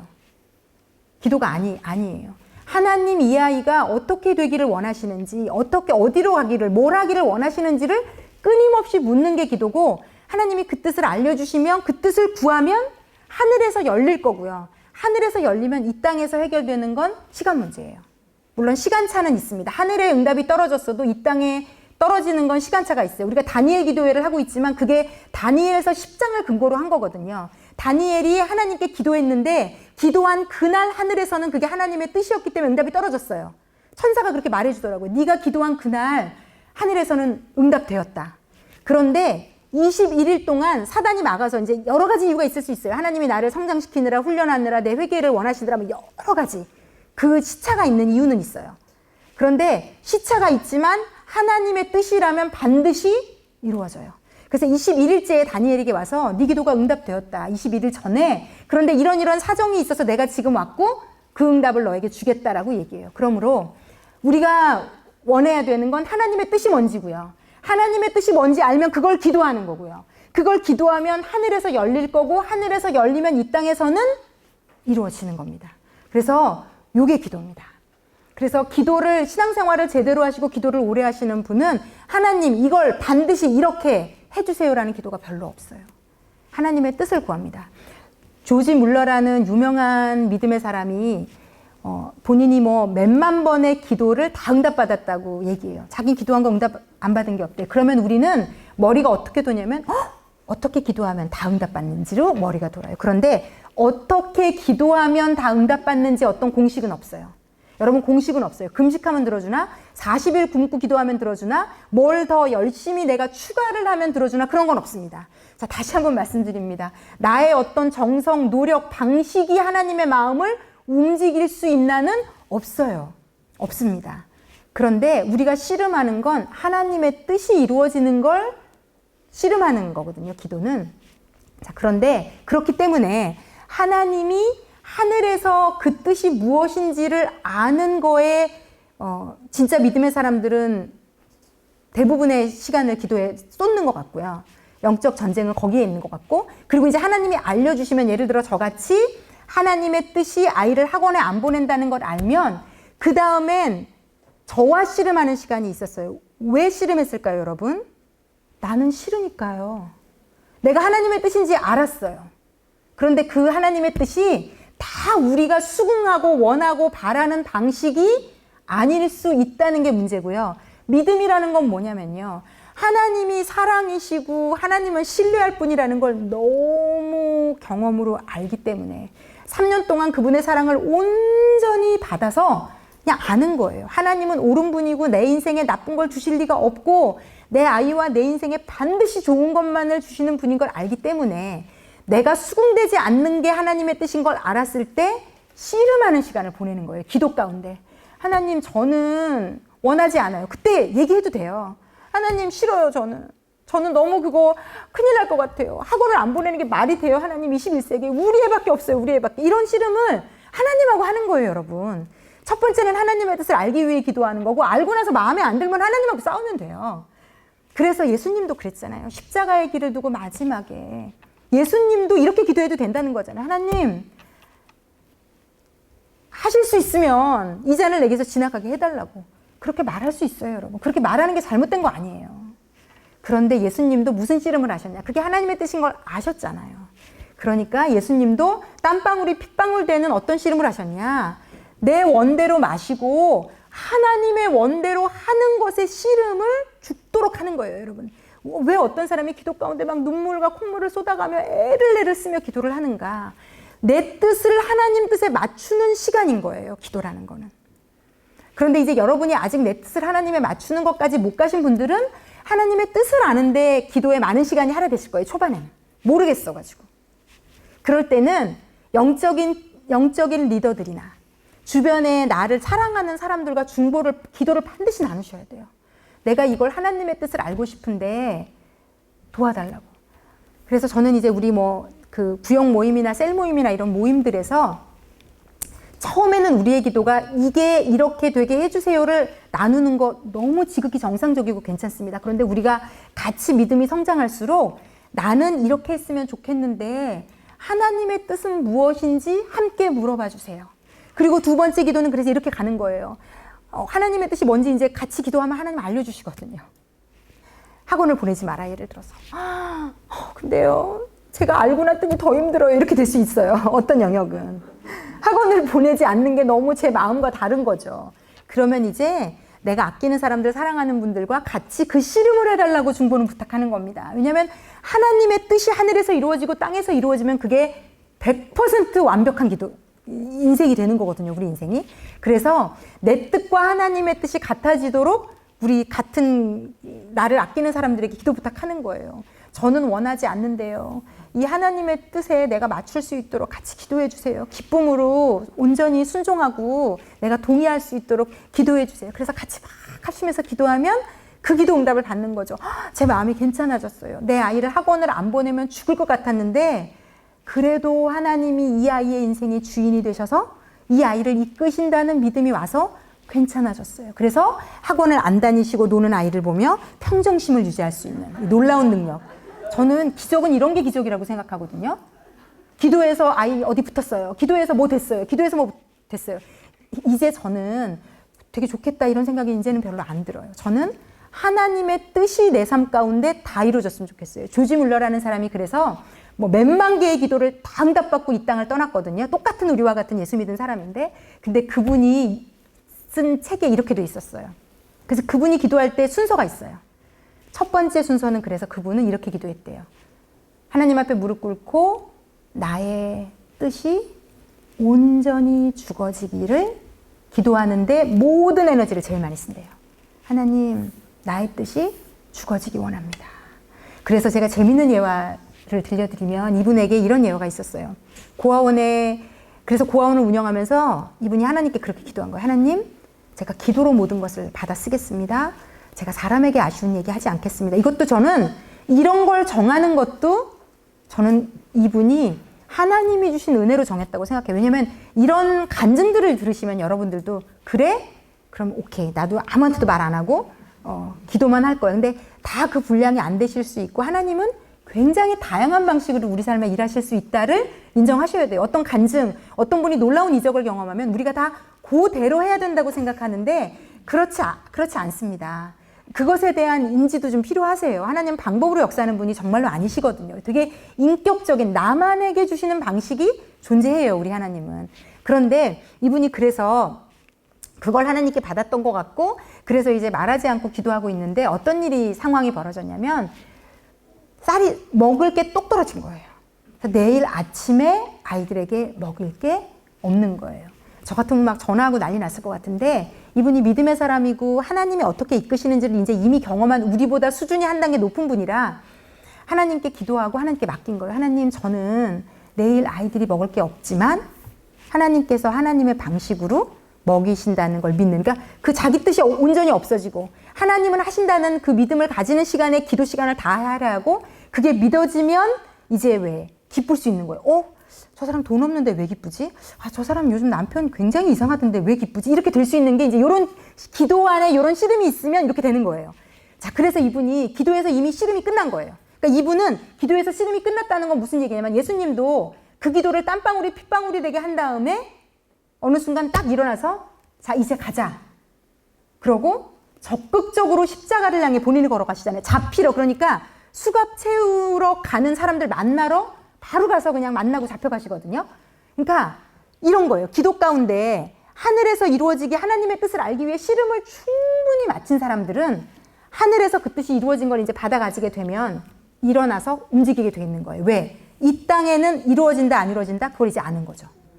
21일이 걸릴지 3일이 걸릴지 모르지만 이거는 시간 문제라는 걸 알면 그 시간을 행복하게 기쁘게 평안하게 보낼 수 있는 거예요. 이게 믿는 사람이 가진 특권이자 비결인 거예요, 여러분. 이게 막 열심히 쫄랐더니 붙었어요. 이건 진짜 하나님이 이렇게도 일하시는데 되게 낮은 차원이고요. 이 씨름 가운데 하늘에서 이루어졌다는 걸 알면 그 다음부터 걸어갈 수 있는 거예요. 누가 뭐라고 해도, 내 눈에 보이는 게 아무것도 없어도. 안 보여서 불안해요? 그럼 이런 분들은 어떻게 해요? 기도하면 돼요. 그러면 하늘에서 이루어진 걸 딱 또 경험하거든요. 그러면 땅에서 안 이루어졌지만 걸어갈 수 있는 거예요. 기도는 이거예요. 기도는 일생 이거라는 겁니다. 그래서 이분은 그게 된 분이기 때문에 하루 저녁에 내일 아침에 아이들 아침 없는 거 하나님이 해결하실 거라는 걸 해결한 거예요, 영적으로. 그래서 너무 평안하게 기다렸는데 어떤 일이, 하나님 유머 코드가 있으신 것 같아요. 어떤 일이 벌어졌냐면 그 고아원과 가까운 곳에서 그 빵과 우유를 실어 나르는 트럭이 고장이 난 거예요. 그래서 이제 이 고치는 시간을 지체하면서 이미 이 트럭은 가도 먹일 수가 없는 상황이 된 거예요. 그래서 그럼 어떻게 됐을까요, 여러분? 그럼 이제 얘를 어디다가라도 버려야 될 거 아니에요. 얘는 이제 쓰레기가 된 거예요. 얘를 어떻게 해결해야 되잖아요. 그래서 이 고아원으로 그 트럭에 있는 모든 빵과 우유가 통째로 와서 그날 아침이 해결이 된 겁니다. 네. 하나님 이렇게 일하세요. 예수님이 오병이어를 어떻게 해결하실 수 있었을까요? 하나님이시니까 했지. 물고기 2마리 떡 5개. 하나님이니까 했지가 아니라, 예수님은 하나님이 자신의 말씀을 들으려고 여자와 아이까지 2만 명인데 그 사람들이 하루 종일 들판에 와서 당신 말씀 듣느라 육체가 배고픈 걸 아셨고요. 하늘에 있는 아버지가 이 2만 명을 먹이고 싶어 하시는 걸 예수님이 하나님의 뜻인지 아셨던 거예요. 그래서 예수님이 축사하시고 나눠주니까 그 물고기 2마리와 떡 5개가 미친 듯이 불어나가지고 다 먹이고 12강줄이가 남은 것은 예수님에게 어떤 확신이 있으셨기에 그렇게 하셨냐면 하늘에서 이미 이루어진 걸 아신 거예요. 그래서 자신 있게 축사하고 나눠주실 수 있었던 거예요. 그래서 우리가 예수 믿는 자들이 당당할 수 있는 이유는 알아요. 이게 하나님의 뜻인지를 알게 되는 거고, 그리고 때로는 하나님의 뜻인지 모르는 시간도 하나님이 제 인생에도 많이 주세요. 그러면 그냥 계속 뜻을 구하는 기도를 하는 거죠. 그래서 여러분에게 오늘 제가 영적으로 제일 중요한 한 가지 꼭 알려드리고 싶은 거, 기도에 대한 여러분의 삶의 인식과 그게 좀 바뀌셨으면 좋겠다. 그래서 우리 아이를 위해서 구하실 때도 요 틀로 구하셨으면 좋겠어요. 하나님, 내가 보고 들은 보이는 세계에서 내가 보고 듣고 경험하고 내가 내 부모와의 관계에서 행복이라고 규정한 것들을 가지고 요 행복을 얘도 누리게 해주세요를 기도하는 건 하나님이 원하시는 하나님의 뜻의 기도가 아닙니다.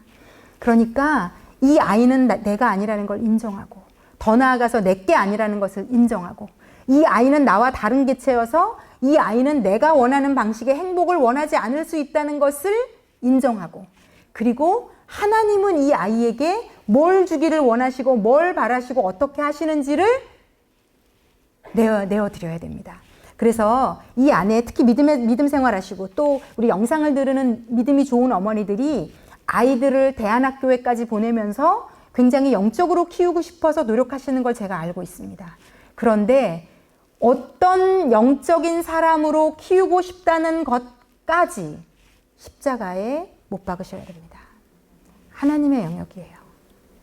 이 아이가 20살 때 예수를 만나든 30살 때 예수를 만나든 그 주권은 이 아이를 만드신 하나님께 있지 나의 열심에 있지 않습니다.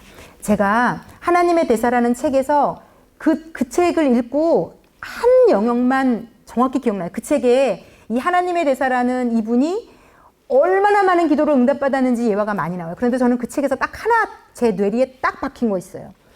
이분이 그러더라고요. 이분의 어머니가 일생 동안 아이를 위해서, 이 아들을 위해서 기도를 해서 이 아들이 어머니가 돌아가시고 나서도 어떤 분이 딱 보면서 어머니가 혹시 믿으셨냐고 예언하시는 어떤 유명한 미국인지 어딘지 예언하시는 분이 만나서 식사를 했는데 어머니가 혹시 믿음의 분이었냐고 저희 어머니 예수 잘 믿고 평생 기도하시는 분이었다. 그랬더니 그분이 그렇게 얘기했대잖아요. 대사님, 어머니가 너무 기도를 많이 쌓아놓으셔서 아직도 하나님의 뜻대로 어머니가 구한 그 기도가 응답받아야 될 기도가 줄을 서 있는 거예요. 이분 인생에. 너무 많이 남아있다고. 하나님이 응답하실 기도가 대사님의 인생에 너무 많이 남아있다고. 제가 그거랑 연관돼서 이분이 어머니가 진짜 기도 많이 하는 분이었는데 이분이 40살이 넘을 때까지 예수 안 믿었대요, 여러분. 미치고 팔짝 뛸 노릇 아니에요. 지금 지금 두세 살 이렇게 되신 어머니 여러분, 우리가 얼마나 막 대안학교까지 보내면서 했는데 얘가 이제 잘 다녔는데 30, 40대까지 별로 믿음이 없어 보이면 이거 진짜 미치고 팔짝 뛸 노릇이거든요. 그런데 이 어머니가 놀라운 거예요. 이 어머니가 하늘에서 뜻이 이루어진 거를 아셨던 거예요. 하늘에서 뜻이 이루어진 것만 우리는 알면 거기까지만 하면 됩니다. 왜냐하면 땅에서는 반드시 이루어지거든요. 진짜예요, 여러분. 그래서 이 어머니는 그걸 아셨던 것 같아요. 그래서 이제 며느리가 들어왔는데 이 며느리를 데리고 교회를 다니기 시작하셨대요. 근데 그것도 이분이 어머니가 아셨던 것 같아요. 하나님께 기도하면서. 예수 믿지 않는 며느리가 들어왔는데 그걸 그냥 아무렇지도 않게 받으셨고요. 그러니까 이게 다 하나님의 뜻을 구하고 알게 된 사람들은 여유가 생기는 것 같아요. 그리고는 이 어머니는 이 며느리를 데리고 교회를 다니셨는데 이 며느리가 먼저 예수를 믿게 됐고요.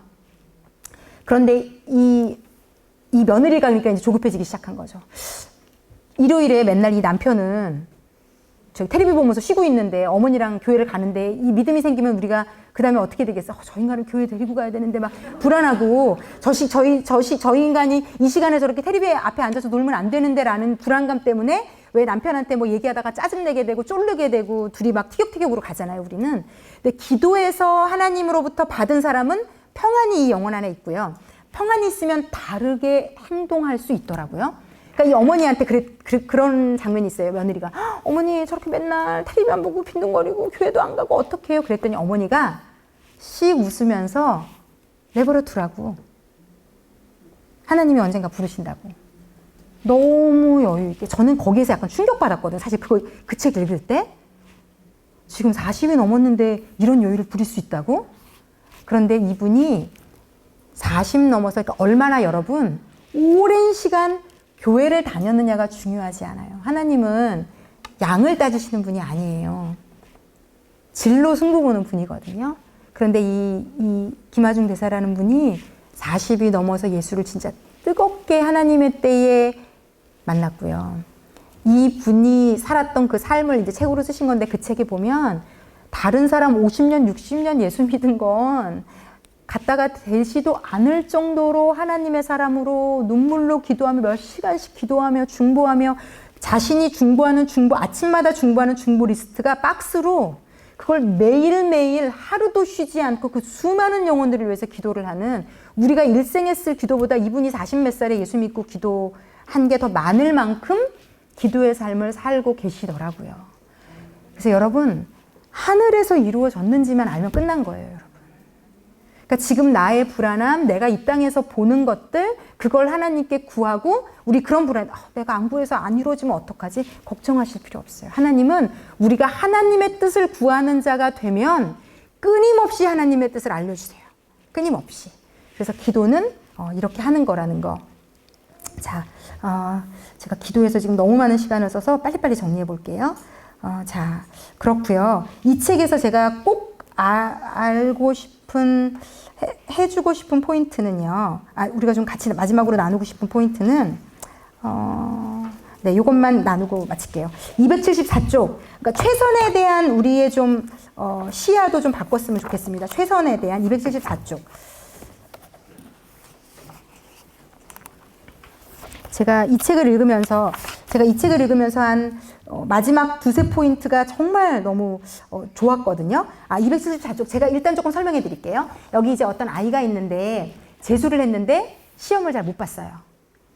그랬더니 이 분이 오은영 박사가 이 아이가 너무 좌절하고 또 부모도 실망하고 막 이러니까 너 최선을 다했잖아. 최선을 다했으면 됐어. 그랬더니 이 아이가 최선을 다했는데 결과가 나쁘잖아요. 그러니까 우리가 이 최선이라는 단어에 대해서 가지고 있는 이미지가 있어요. 최선이라는 건 어떻게 할 때 최선이다? 우리가 가지고 있는 이미지는 결과가 좋을 때 최선이라고 인정해 주는 거예요, 우리는. 그런데 하나님은 그렇지 않아요. 근데 이분이 그 하나님의 세계관을 정확히 여기 실어놨더라고요. 이 아이에게 그렇게 말해요. 너 열심히 최선은 다했잖아. 재수 기간 내내 최선 다했잖아. 그런데 시험을 못 봤잖아요. 이 아이는 막, 왜냐면 이 세상에서는 최선을 다한 건 결과가 좋은 것까지가 최선으로 포함을 시켜놨기 때문에 자기가 1년 내내 노력한 걸 아무것도 아닌 게 됐다고 생각하는 거예요. 그런데 이분이 이 아이에게 이렇게 결론을 내려주는 장면입니다. 여기 이제 책을 보시면 위에서 하나, 둘, 셋, 넷, 다섯, 여섯, 일곱, 여덟, 아홉째 줄. 네, 아홉째 줄부터 읽을게요. 최선을 다해도 언제나 결과가 좋을 수는 없어. 최선을 다하면 성공할 수 있지만 실패할 수도 있어. 좌절하기도 해. 최선을 다한다는 것은 그 실패나 좌절까지 모두 쭉 겪어 나가는 거야. 아이는 눈이 동그래지면서 그게 최선이에요? 라고 묻더군요. 그렇단다. 결과가 좋아야 최선이 아니야. 열심히 해도 결과는 나쁠 수도 있어. 좌절이 오더라도 피하지 않고 실패하더라도 포기하지 않는 거야. 끝까지 겪어 나가다 보면 언젠가는 마무리가 되지. 그 모든 과정을 포함하는 것이 최선이야. 우리도 우리를 바라볼 때랑 아이를 바라볼 때 최선을 이렇게 규정했으면 좋겠어요. 그래서 하나님은 여러분, 그런데 우리는 왜 이 최선의 마무리가 이제 된다고 얘기하잖아요. 그런데 우리는 이 마무리를 누가 해주실까요? 하나님이 해주세요. 그러니까 우리는요, 늘 그래요. 우리는 과정을 열심히 하면 돼요. 그러면 결과는 우리는 누가 책임지신다? 하나님이 책임지시는데 우리는 이 일반 사람보다 100만 배 나을 수 있는 것은 합력해서 선이라는 걸 하나님이 해주실 거거든요. 그러니까 내가 실패한 것도 재료로 쓰실 거고 성공한 것도 재료로 쓰실 거기 때문에 우리는 최선을 다하는 것만 연습하면 돼요. 열심히 하는 과정까지만 연습하면 된다. 그래서 이 최선이라는 건 이렇게 하는 것까지도 최선이다라고 배우시면 되고요. 네. 그리고 또 한 가지는요. 285쪽을 좀 펴보시겠어요? 여기도 이것도 굉장히 중요한 관점이에요. 요거 되게 중요한 관점입니다. 제가 읽으면서 너무 정말 하나님의 관점이다, 이건. 하나님의 세계관이다. 이렇게 생각했어요. 285쪽, 이제 밑에서부터 세 번째 줄 위. 자, 요거 잘 한번 좀 영혼에 담아보세요. 자, 어떤 면이 좀 부족하다는 것을 우리는 나쁘거나 못난 것이라고 생각해요. 자, 그런데 보세요. 어떤 면이 좀 부족하다는 것은 나쁘거나 못난 것이 아닙니다. 비난받을 일도 아닙니다. 그러니까 이것 때문에 부족한 것을 나를 완전히 바꾸려고 할 필요가 없어요. 내 아이도 마찬가지예요. 우리는 다 본능적으로 나와 아이의 부족한 것을 바꾸려고 하는데 그거에 매달릴 필요가 없다는 얘기를 충격적으로 지금 하거든요.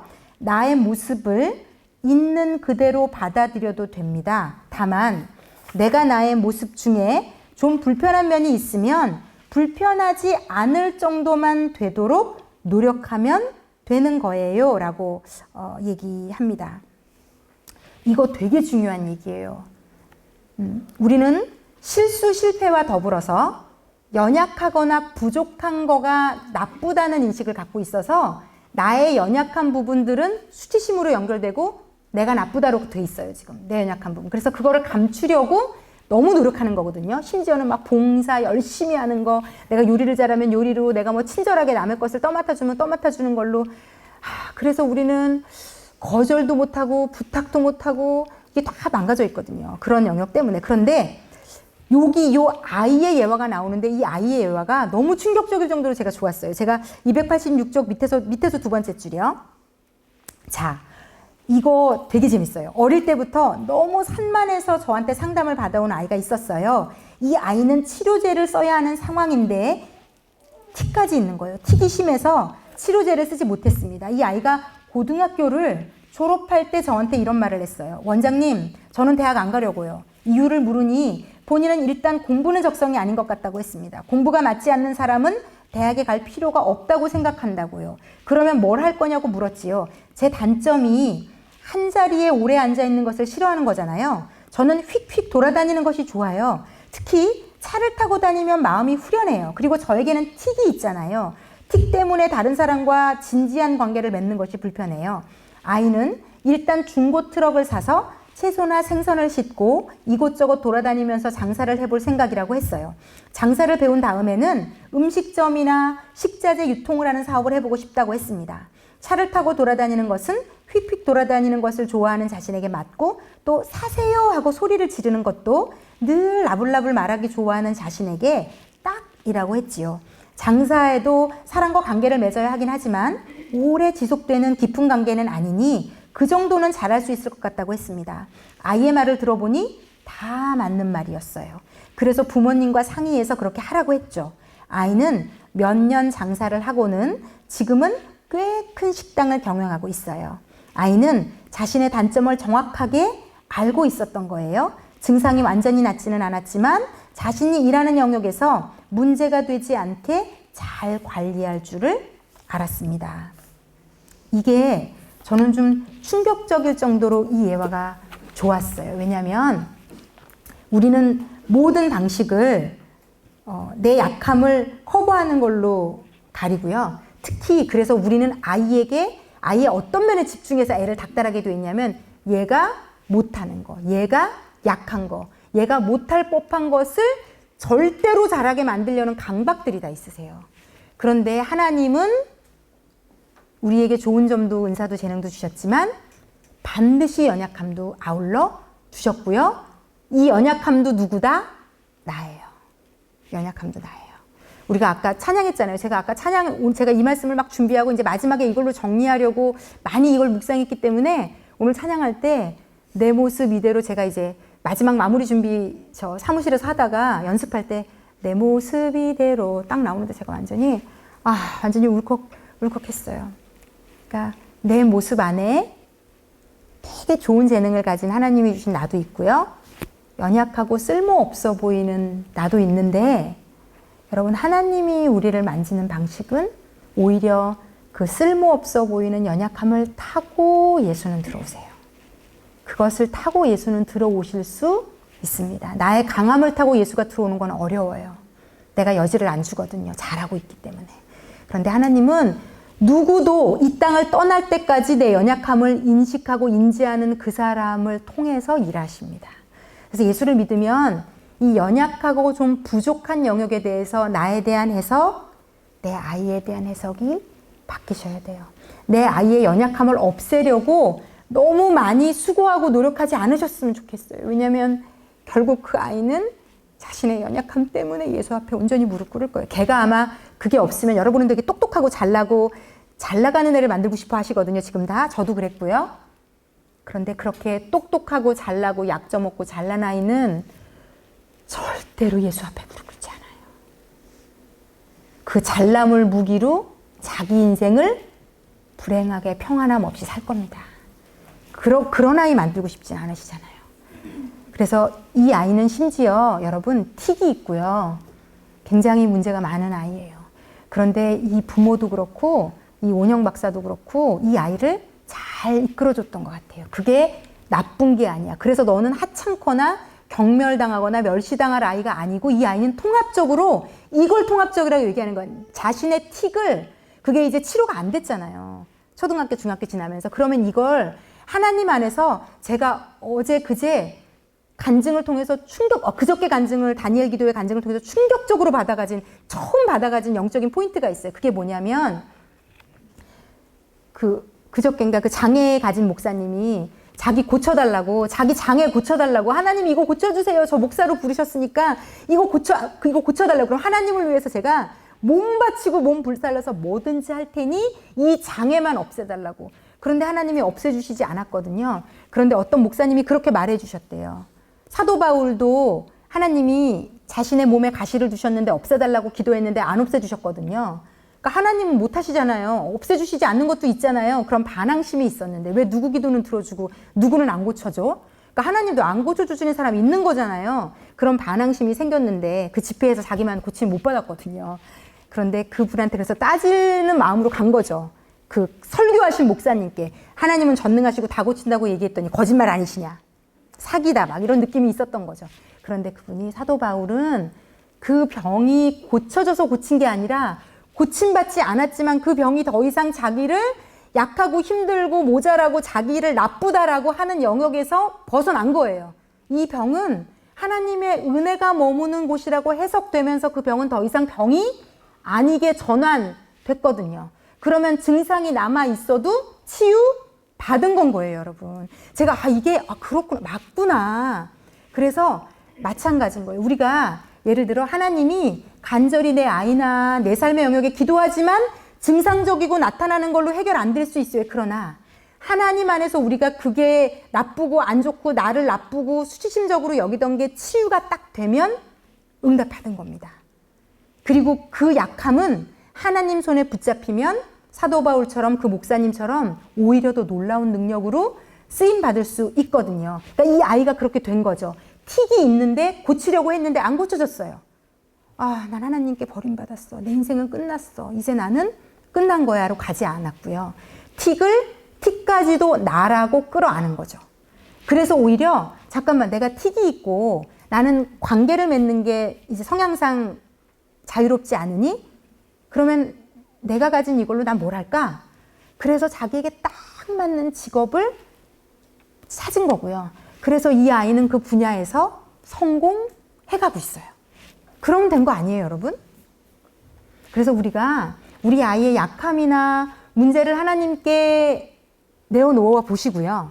그래서 하나님이 그게 하나님이 허락한 일이다라고 생각하시면 하늘에서는 이미 그거가 해결된 거잖아요. 그러면 우리도 이 아이의 그 약함을 고치려고 하지 마시고 하나님도 우리를 전부 다 뜯어 고치려고 안 하세요, 여러분. 저 여전히 연약함이 있는 목사거든요, 여러분. 그래서 하여튼 제가 이번 주에 이렇게 축구도 잘했어요. 자, 넘어지고 자빠지면서 우리 목사님 막 이러는 성도가 목사님 막 이러면서 저 공 못 잡는다고 막 소리 지르고 막 괜찮아요. 그러니까 이런 거죠. 제가 부족한 면이 있는 게 괜찮아요. 그리고 성도분들이 그걸 알면 우리 목사님도 사람이네. 서로가 서로를 보듬어 안고 기도해주고 위로해주고 그러면 된 거잖아요. 그러니까 하나님은 우리를 완벽한 인간으로 만드시겠다는 게 아니에요. 우리는 다 연약함이 있어요. 그리고 교회라는 공동체는 뭔가 하면 누군가의 연약함을 지적질하지 않고 그 연약함 때문에 네가 나빠라고 그 사람을 나쁘다고 규정해주지 않고 그 나쁜 게 있지만 그래도 너는 너야 라고 바라봐주는 사람들의 모임인 거거든요. 그래서 연약함이라는 건 이 아이가 저는 너무 도전이고 은혜가 됐어요. 틱을 가지고 관계도 못 맺는 아이가 잘 찾아서 자신의 길을 걸어가고 있구나. 그러니까 우리 아이도 우리 눈에 볼 때 얘가 이렇게 커가지고 얘가 이런 약점을 가지고 얘는 이제 큰일 났다. 제가 아는 분의 아이는 간질이 있는 아이도 있고 이런 약간 불치적인 면이 있는 아이도 있고 다양하게 많은 제가 알고 있는 아이들이 있거든요. 근데 저는 그 아이들을 놓고 기도할 때마다 그거 때문에, 그 약함 때문에 그 아이는 하나님이 놀랍게 쓰실 거예요, 여러분. 진짜예요. 멀쩡한 우리보다 더 귀하게 쓰실 거예요. 자, 그래서 여러분에게 이 약함, 그래서 자, 마지막 정리해 드릴게요. 여러분이 여러분 전체를 사랑하실 수 있었으면 좋겠고요. 그리고 그 약함을 좀 끌어안으셨으면 좋겠어요. 나의 모자람, 나의 약함을 여러분이 누구누구야 괜찮아 라고, 제가 읽었던 많은 책들에서는 자기 이름을 부르면서 자기를 정말 진짜요 너무 오그라드는 막 멘트들 막 많이 해놨어요. 네 이름을, 내 이름을 내가 불러가며 막 칭찬해줘라, 격려해줘라. 그런데 그분들 되게 심각하게 말해요. 이렇게 할 수 있어야 된다는 거예요. 네가 너를 인정하고 직시하고 직면할 수 있어야 된다는 거예요. 전신 거울 앞에 서서 너를 또박또박 뜯어봐라. 그리고 다 끌어안아라. 그게 너다. 하나도 나쁜 거 없다. 잘못된 거 없다. 이상하지 않다.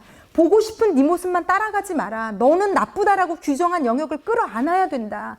너를 쓰담쓰담 해주고 안아주고 예뻐해주고 격려해줄 수 있어야 된다. 네가 예수를 만날 수 있었던 건 그 연약함이 있었기 때문에 예수가 너의 인생에 찾아올 수 있었던 것이다 라고 나를 끌어안으셔야 돼요. 나를 끌어안을 수 있을 때 우리는 자유해지는 내가 되고 아내가 되고 엄마가 될 수 있을 거고요. 제가 여러분 보세요. 제가 너무 수치심이 있는 사람이잖아요. 그러니까 제가 왜 그렇게 다른 사람들 관계에 계속 문제가 있었고 신랄하게 누군가를 비판했고 이걸 이제 다 알겠거든요. 내가 나를 싫어하니까 그거를 그런 방식으로 다 커버하거나 투사했던 거예요. 나도 모르게. 자, 그런데 제가 예수를 믿고 하나님이 이 가정사역을 시키시기 전에 제가 겪었던 일은 저희 남편이 37살에 뇌졸중으로 쓰러지는 거였는데 저는 그 순간 하나님이 저를 딱 느끼면 그랬어요. 하나님이 나를 버리셨나? 이런 생각도 인간의 머리에는 왔다 갔다 했거든요. 그런데 저는 지금까지, 그러니까 이 수치심이 많은 저는 내가 나쁘다고 여기니까 좋게 보이는 얼마나 많은 것들을 저를 포장해 왔겠어요. 일생 그걸 했거든요. 그러니까 저는 저한테 없는 게 있는 저희 남편이 저를 좋아해 주는 게 너무 좋았어요. 저희 남편도 되게 수치심이 많은 사람이더라고요. 그래서 둘이 중간에 되게 힘들었었던 건데, 근데 이제 이 사람이 저를 끌어안으면서 제가 이제 저희 남편을 보면서 아, 이 사람은 그럼 나를 좋아해 주니까 나를 이제 커버해 줄 수 있겠다라고 생각했던 거죠. 그리고 남편이 뭐 외모나 여러 가지 면이 저는 그것도 다 커버가 될 수 있다고 생각을 해서 너무 이제 결혼을 했는데 이제 고통의 시간을 많이 보냈어요. 자, 그런데 저희 남편이랑 저랑 서로 사이가 안 좋고 이런 거는 다른 사람에게 안 들킬 수 있잖아요. 제가 사역을 하고 사람들 앞에 서고 할 때 안 들킬 수 있어요. 그런데 이제 저한테 진짜 하나님이 저를 십자가에 못 박아야 되는 상황으로 몰아가신 게 뭐냐면 남편이 장애인이 된 사건, 장애인이 된 거죠. 멀쩡했던 남자가 그 남자의 외모도 나를 커버하려고 선택하는 것에 속했던 사람인데 이 남편의 외모가 완전히 망가졌는데 이건 숨을 수가 없잖아요. 숨길 수가 없잖아요. 나는 내 나쁜 점, 모난 점, 모자람 점, 내가 나를 경멸하는 점은 철저하게 숨겼단 말이죠. 사역을 하면서까지. 그런데 이 남편이 장애인이 된 건 숨길 수가 없는 거예요. 그러니까 제가 예전에 왜 그렇게 많이 울었는지를 알겠는 거예요. 내 인생이 끝난 것 같았어요. 그러니까 나는 수치를 드러내면 된다, 안 된다? 안 되는데 이건 안 드러낼 수가 없는 딜레마. 그러니까 약간요, 남편을 데리고 매일 교회로 오는 그 시간이 꼭 벼랑 끝에 서는 느낌이었어요. 그리고 약간 발가벗겨지는 느낌이었어요. 겉으로 보여지는 게 나라고 너무 그때까지도 제가 그러니까 믿고 있었던 것 같고요. 그 겉으로 보여지는 걸 가릴 수 없이 계속 보여줘야 되는 게 너무 끔찍했던 것 같아요. 그런데 하나님이 그러면서 어머니 학교를 하라고 하셨고 어머니 학교를 할 때마다 우리 여기 지금 저랑 10년째 성경회 하시는 분들은 알겠지만 강의할 때마다 남편 간증을 하나님이 시키셨거든요. 근데 처음에는 진짜 너무 힘들었어요. 진짜 너무 용기가 필요했어요. 그 남편 얘기를 꺼내기까지 죽을 것 같았거든요. 내가 빨개 벗겨지는 느낌. 근데 제가 지금 하나님과의 관계에서 이렇게까지 치유를 얻은 과정을 어제 쭉 이 강의록을 만들면서 내가 나의 수치를 누군가에게 보일 수 있었던 게 내가 예수님 앞에 나가는 시작이 됐더라고요. 그러니까 결국은 우리 남편에게 제가 미안한 거는 우리 남편을 통해서 제가 하나님과의 진짜 사랑을 주고받는 길이 열렸어요. 왜냐하면 그때까지는 내가 나를 계속 부정하고 포장을 했잖아요. 하나님 앞에도 포장했거든요, 제가. 그러니까 이 밑바닥에서부터 오는 내가 나를 계속 부정하고 다 끌어안지 않고 하나님께도 계속 가식적인 기도를 내가 일부러 그런 게 아니라 그렇게밖에 못하는 거죠. 그렇게 살았던 저를 하나님이 수많은 나를 살리고 어머니들을 살리려고 저가 발가벗겨진 모습을 대면하기를 원하셨던 거예요. 그래서 우리 남편의 그 시간을 겪어내면서 제가 내 수치를 누군가에게 드러내는 게 죽을 것 같은 게 아니구나. 이게 예수 안에서는 사는 길이구나. 그러면서 제가 제 영혼의 밑바닥까지 하나님께 무릎 꿇었던 것 같고 그때 하나님이 계속 괜찮다고 사랑으로 끌어안으시면서 제가 통합적으로 저를 끌어안는 시작이 그때 된 것 같아요. 그러니까 우리 남편을 객관화시켜서 보잖아요. 장애인인 남편을 매일매일. 그러면서 매일매일 하나님이 저를 치유해 가셨던 것 같아요. 그러면서 하나님이 저한테 매일 말씀하셨거든요. 나는 너희 남편을 너무 아끼고 사랑한다. 근데 처음에는 머리로 이해되지 않았어요. 아끼고 사랑하는데 왜 저 지경으로 살아야 돼요? 37에 너무 멀쩡하고 아름다웠던 외모를 가졌던 남자가 다리를 절며 왼손을 못 쓰며 모든 직장에서 다 잘리며 그가 겪는 상실감이 저에게도 너무 아픔이 됐거든요. 하나님 사랑하시는데 왜 제 남편을 안 고쳐주시고 저렇게 두셨나요? 라고 제가 마음이 아팠거든요. 그런데 하나님이 계속 저에게 알려주셨어요. 괜찮다고. 장애를 가진 게 나쁘고 이상한 게 아니라고. 괜찮다고. 그런데 저희 남편은 그 장애를 가지고 예수를 만났어요. 그래서 저희 남편은 매주 한결같이 똑같은 자리에서 예배를 드리며 하나님을 향해 자신의 멀쩡한 오른손을 들어서 너무 하나님을 찬양해요. 진심으로. 그가 진짜 예수를 만났더라고요. 그를 유일하게 끌어안고 괜찮다고 하는 분이 예수라는 걸 저희 남편이 만났거든요. 그래서 저도 그 남편을 보면서 저도 치유받고 서로 치유받고 알았어요. 약한 건 괜찮은 거예요. 약한 건 괜찮고 지금 저는 괜히 하는 얘기가 아니라 예전으로 돌아가고 싶지 않아요. 저는 지금 저희 남편이랑 베프가 됐고 서로 가장 아끼고 존중하는 사람이 됐고 저희 남편의 약함은 저의 강함이 됐고 저희 남편의 약함을 통해서 제가 이 사역을 시작할 수 있게 됐고 저희 남편의 약함 때문에 제가 정말로 지금도 해외에서 걸려오는 그 수많은 아픔을 가진 사람들을 끌어안을 수 있게 됐고 너의 그 아픔은 너 때문이 아니야 라고 말해줄 수 있게 됐고 남의 얘기 한 번도 못 본 미국 땅에서 고통하는 누군가를 위해 매일매일 기도할 수 있는 사람이 됐고 이 모든 건 저희 가정에 일어났던 말도 못한 약함과 피하고 싶었던 부족함에서 시작이 됐습니다. 그래서 여러분 약한 건 나쁜 게 아니에요. 약한 건 하나님이 일하실 수 있는 진짜 놀라운 능력의 통로예요. 물론 그걸 처음 맞닥뜨릴 때는 죽을 것 같을 수 있는데 제가 그래서 내가 치유됐구나. 그리고 내가 이제 다음 주에 구체적으로 나누겠지만 이 수치심이 내가 나쁘다는 게 치유가 되려면요. 믿을 만한 사람들에게 나의 부족함과 연약함을 공개할 수 있을 때 치유는 일어납니다. 공개 안 하시면 그 치유가 계속 묶여 있어요. 그럼 하나님과의 관계에도 계속 문제가 생기고 이웃과의 관계, 특별히 자녀와도 계속 문제가 생길 수밖에 없기 때문에 내가 나의 연약함을 인정하고 알게 되는 거, 그 연약한 나를 끌어안게 되는 거, 그리고 그 연약함을 공개할 수 있게 되는 거.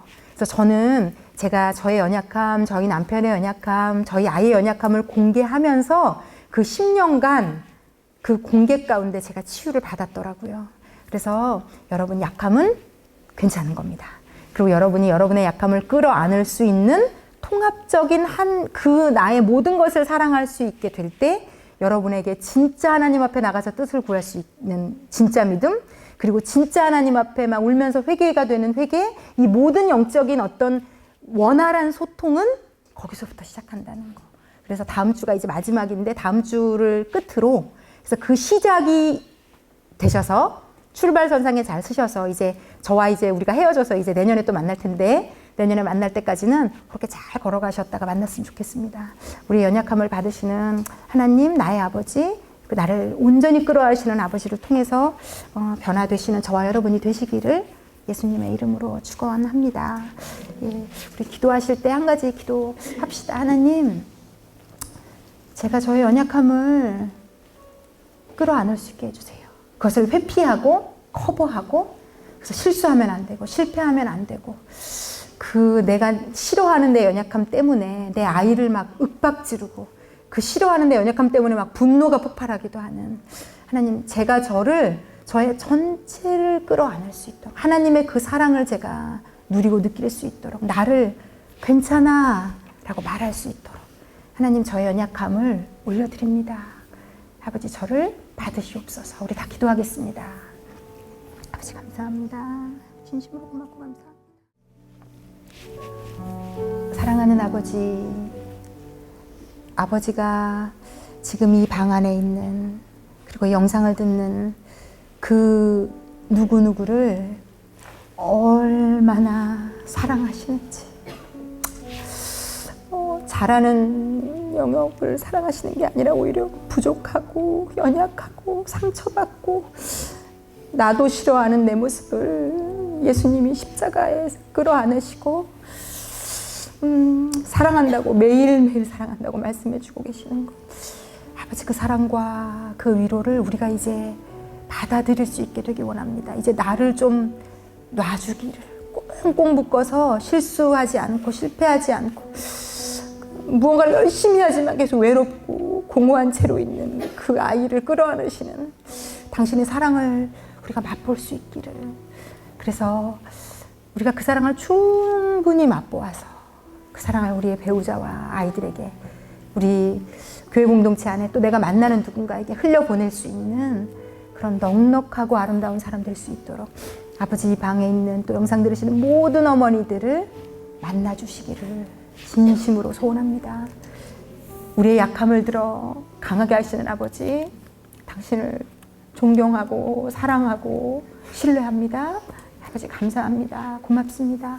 감사를 드리며 예수님의 이름으로 기도했습니다. 아멘, 아멘. 우리 하나님 아버지께 좀 감사와 영광의 박수 올려드리겠습니다. 네, 오늘 하나님이 좀 여러분들을 치유하고 만지시라고, 하나님 너무 성령께서 하늘에서 저에게 소원을 주셔서 제가 기도했기 때문에 하늘에서는 이루어졌거든요. 여러분의 삶 가운데 이루어질 겁니다. 예, 우리 나누시고 돌아가시기를 바랍니다. 우리 한 주 남았는데 한 주 다음 주에 뵙시다.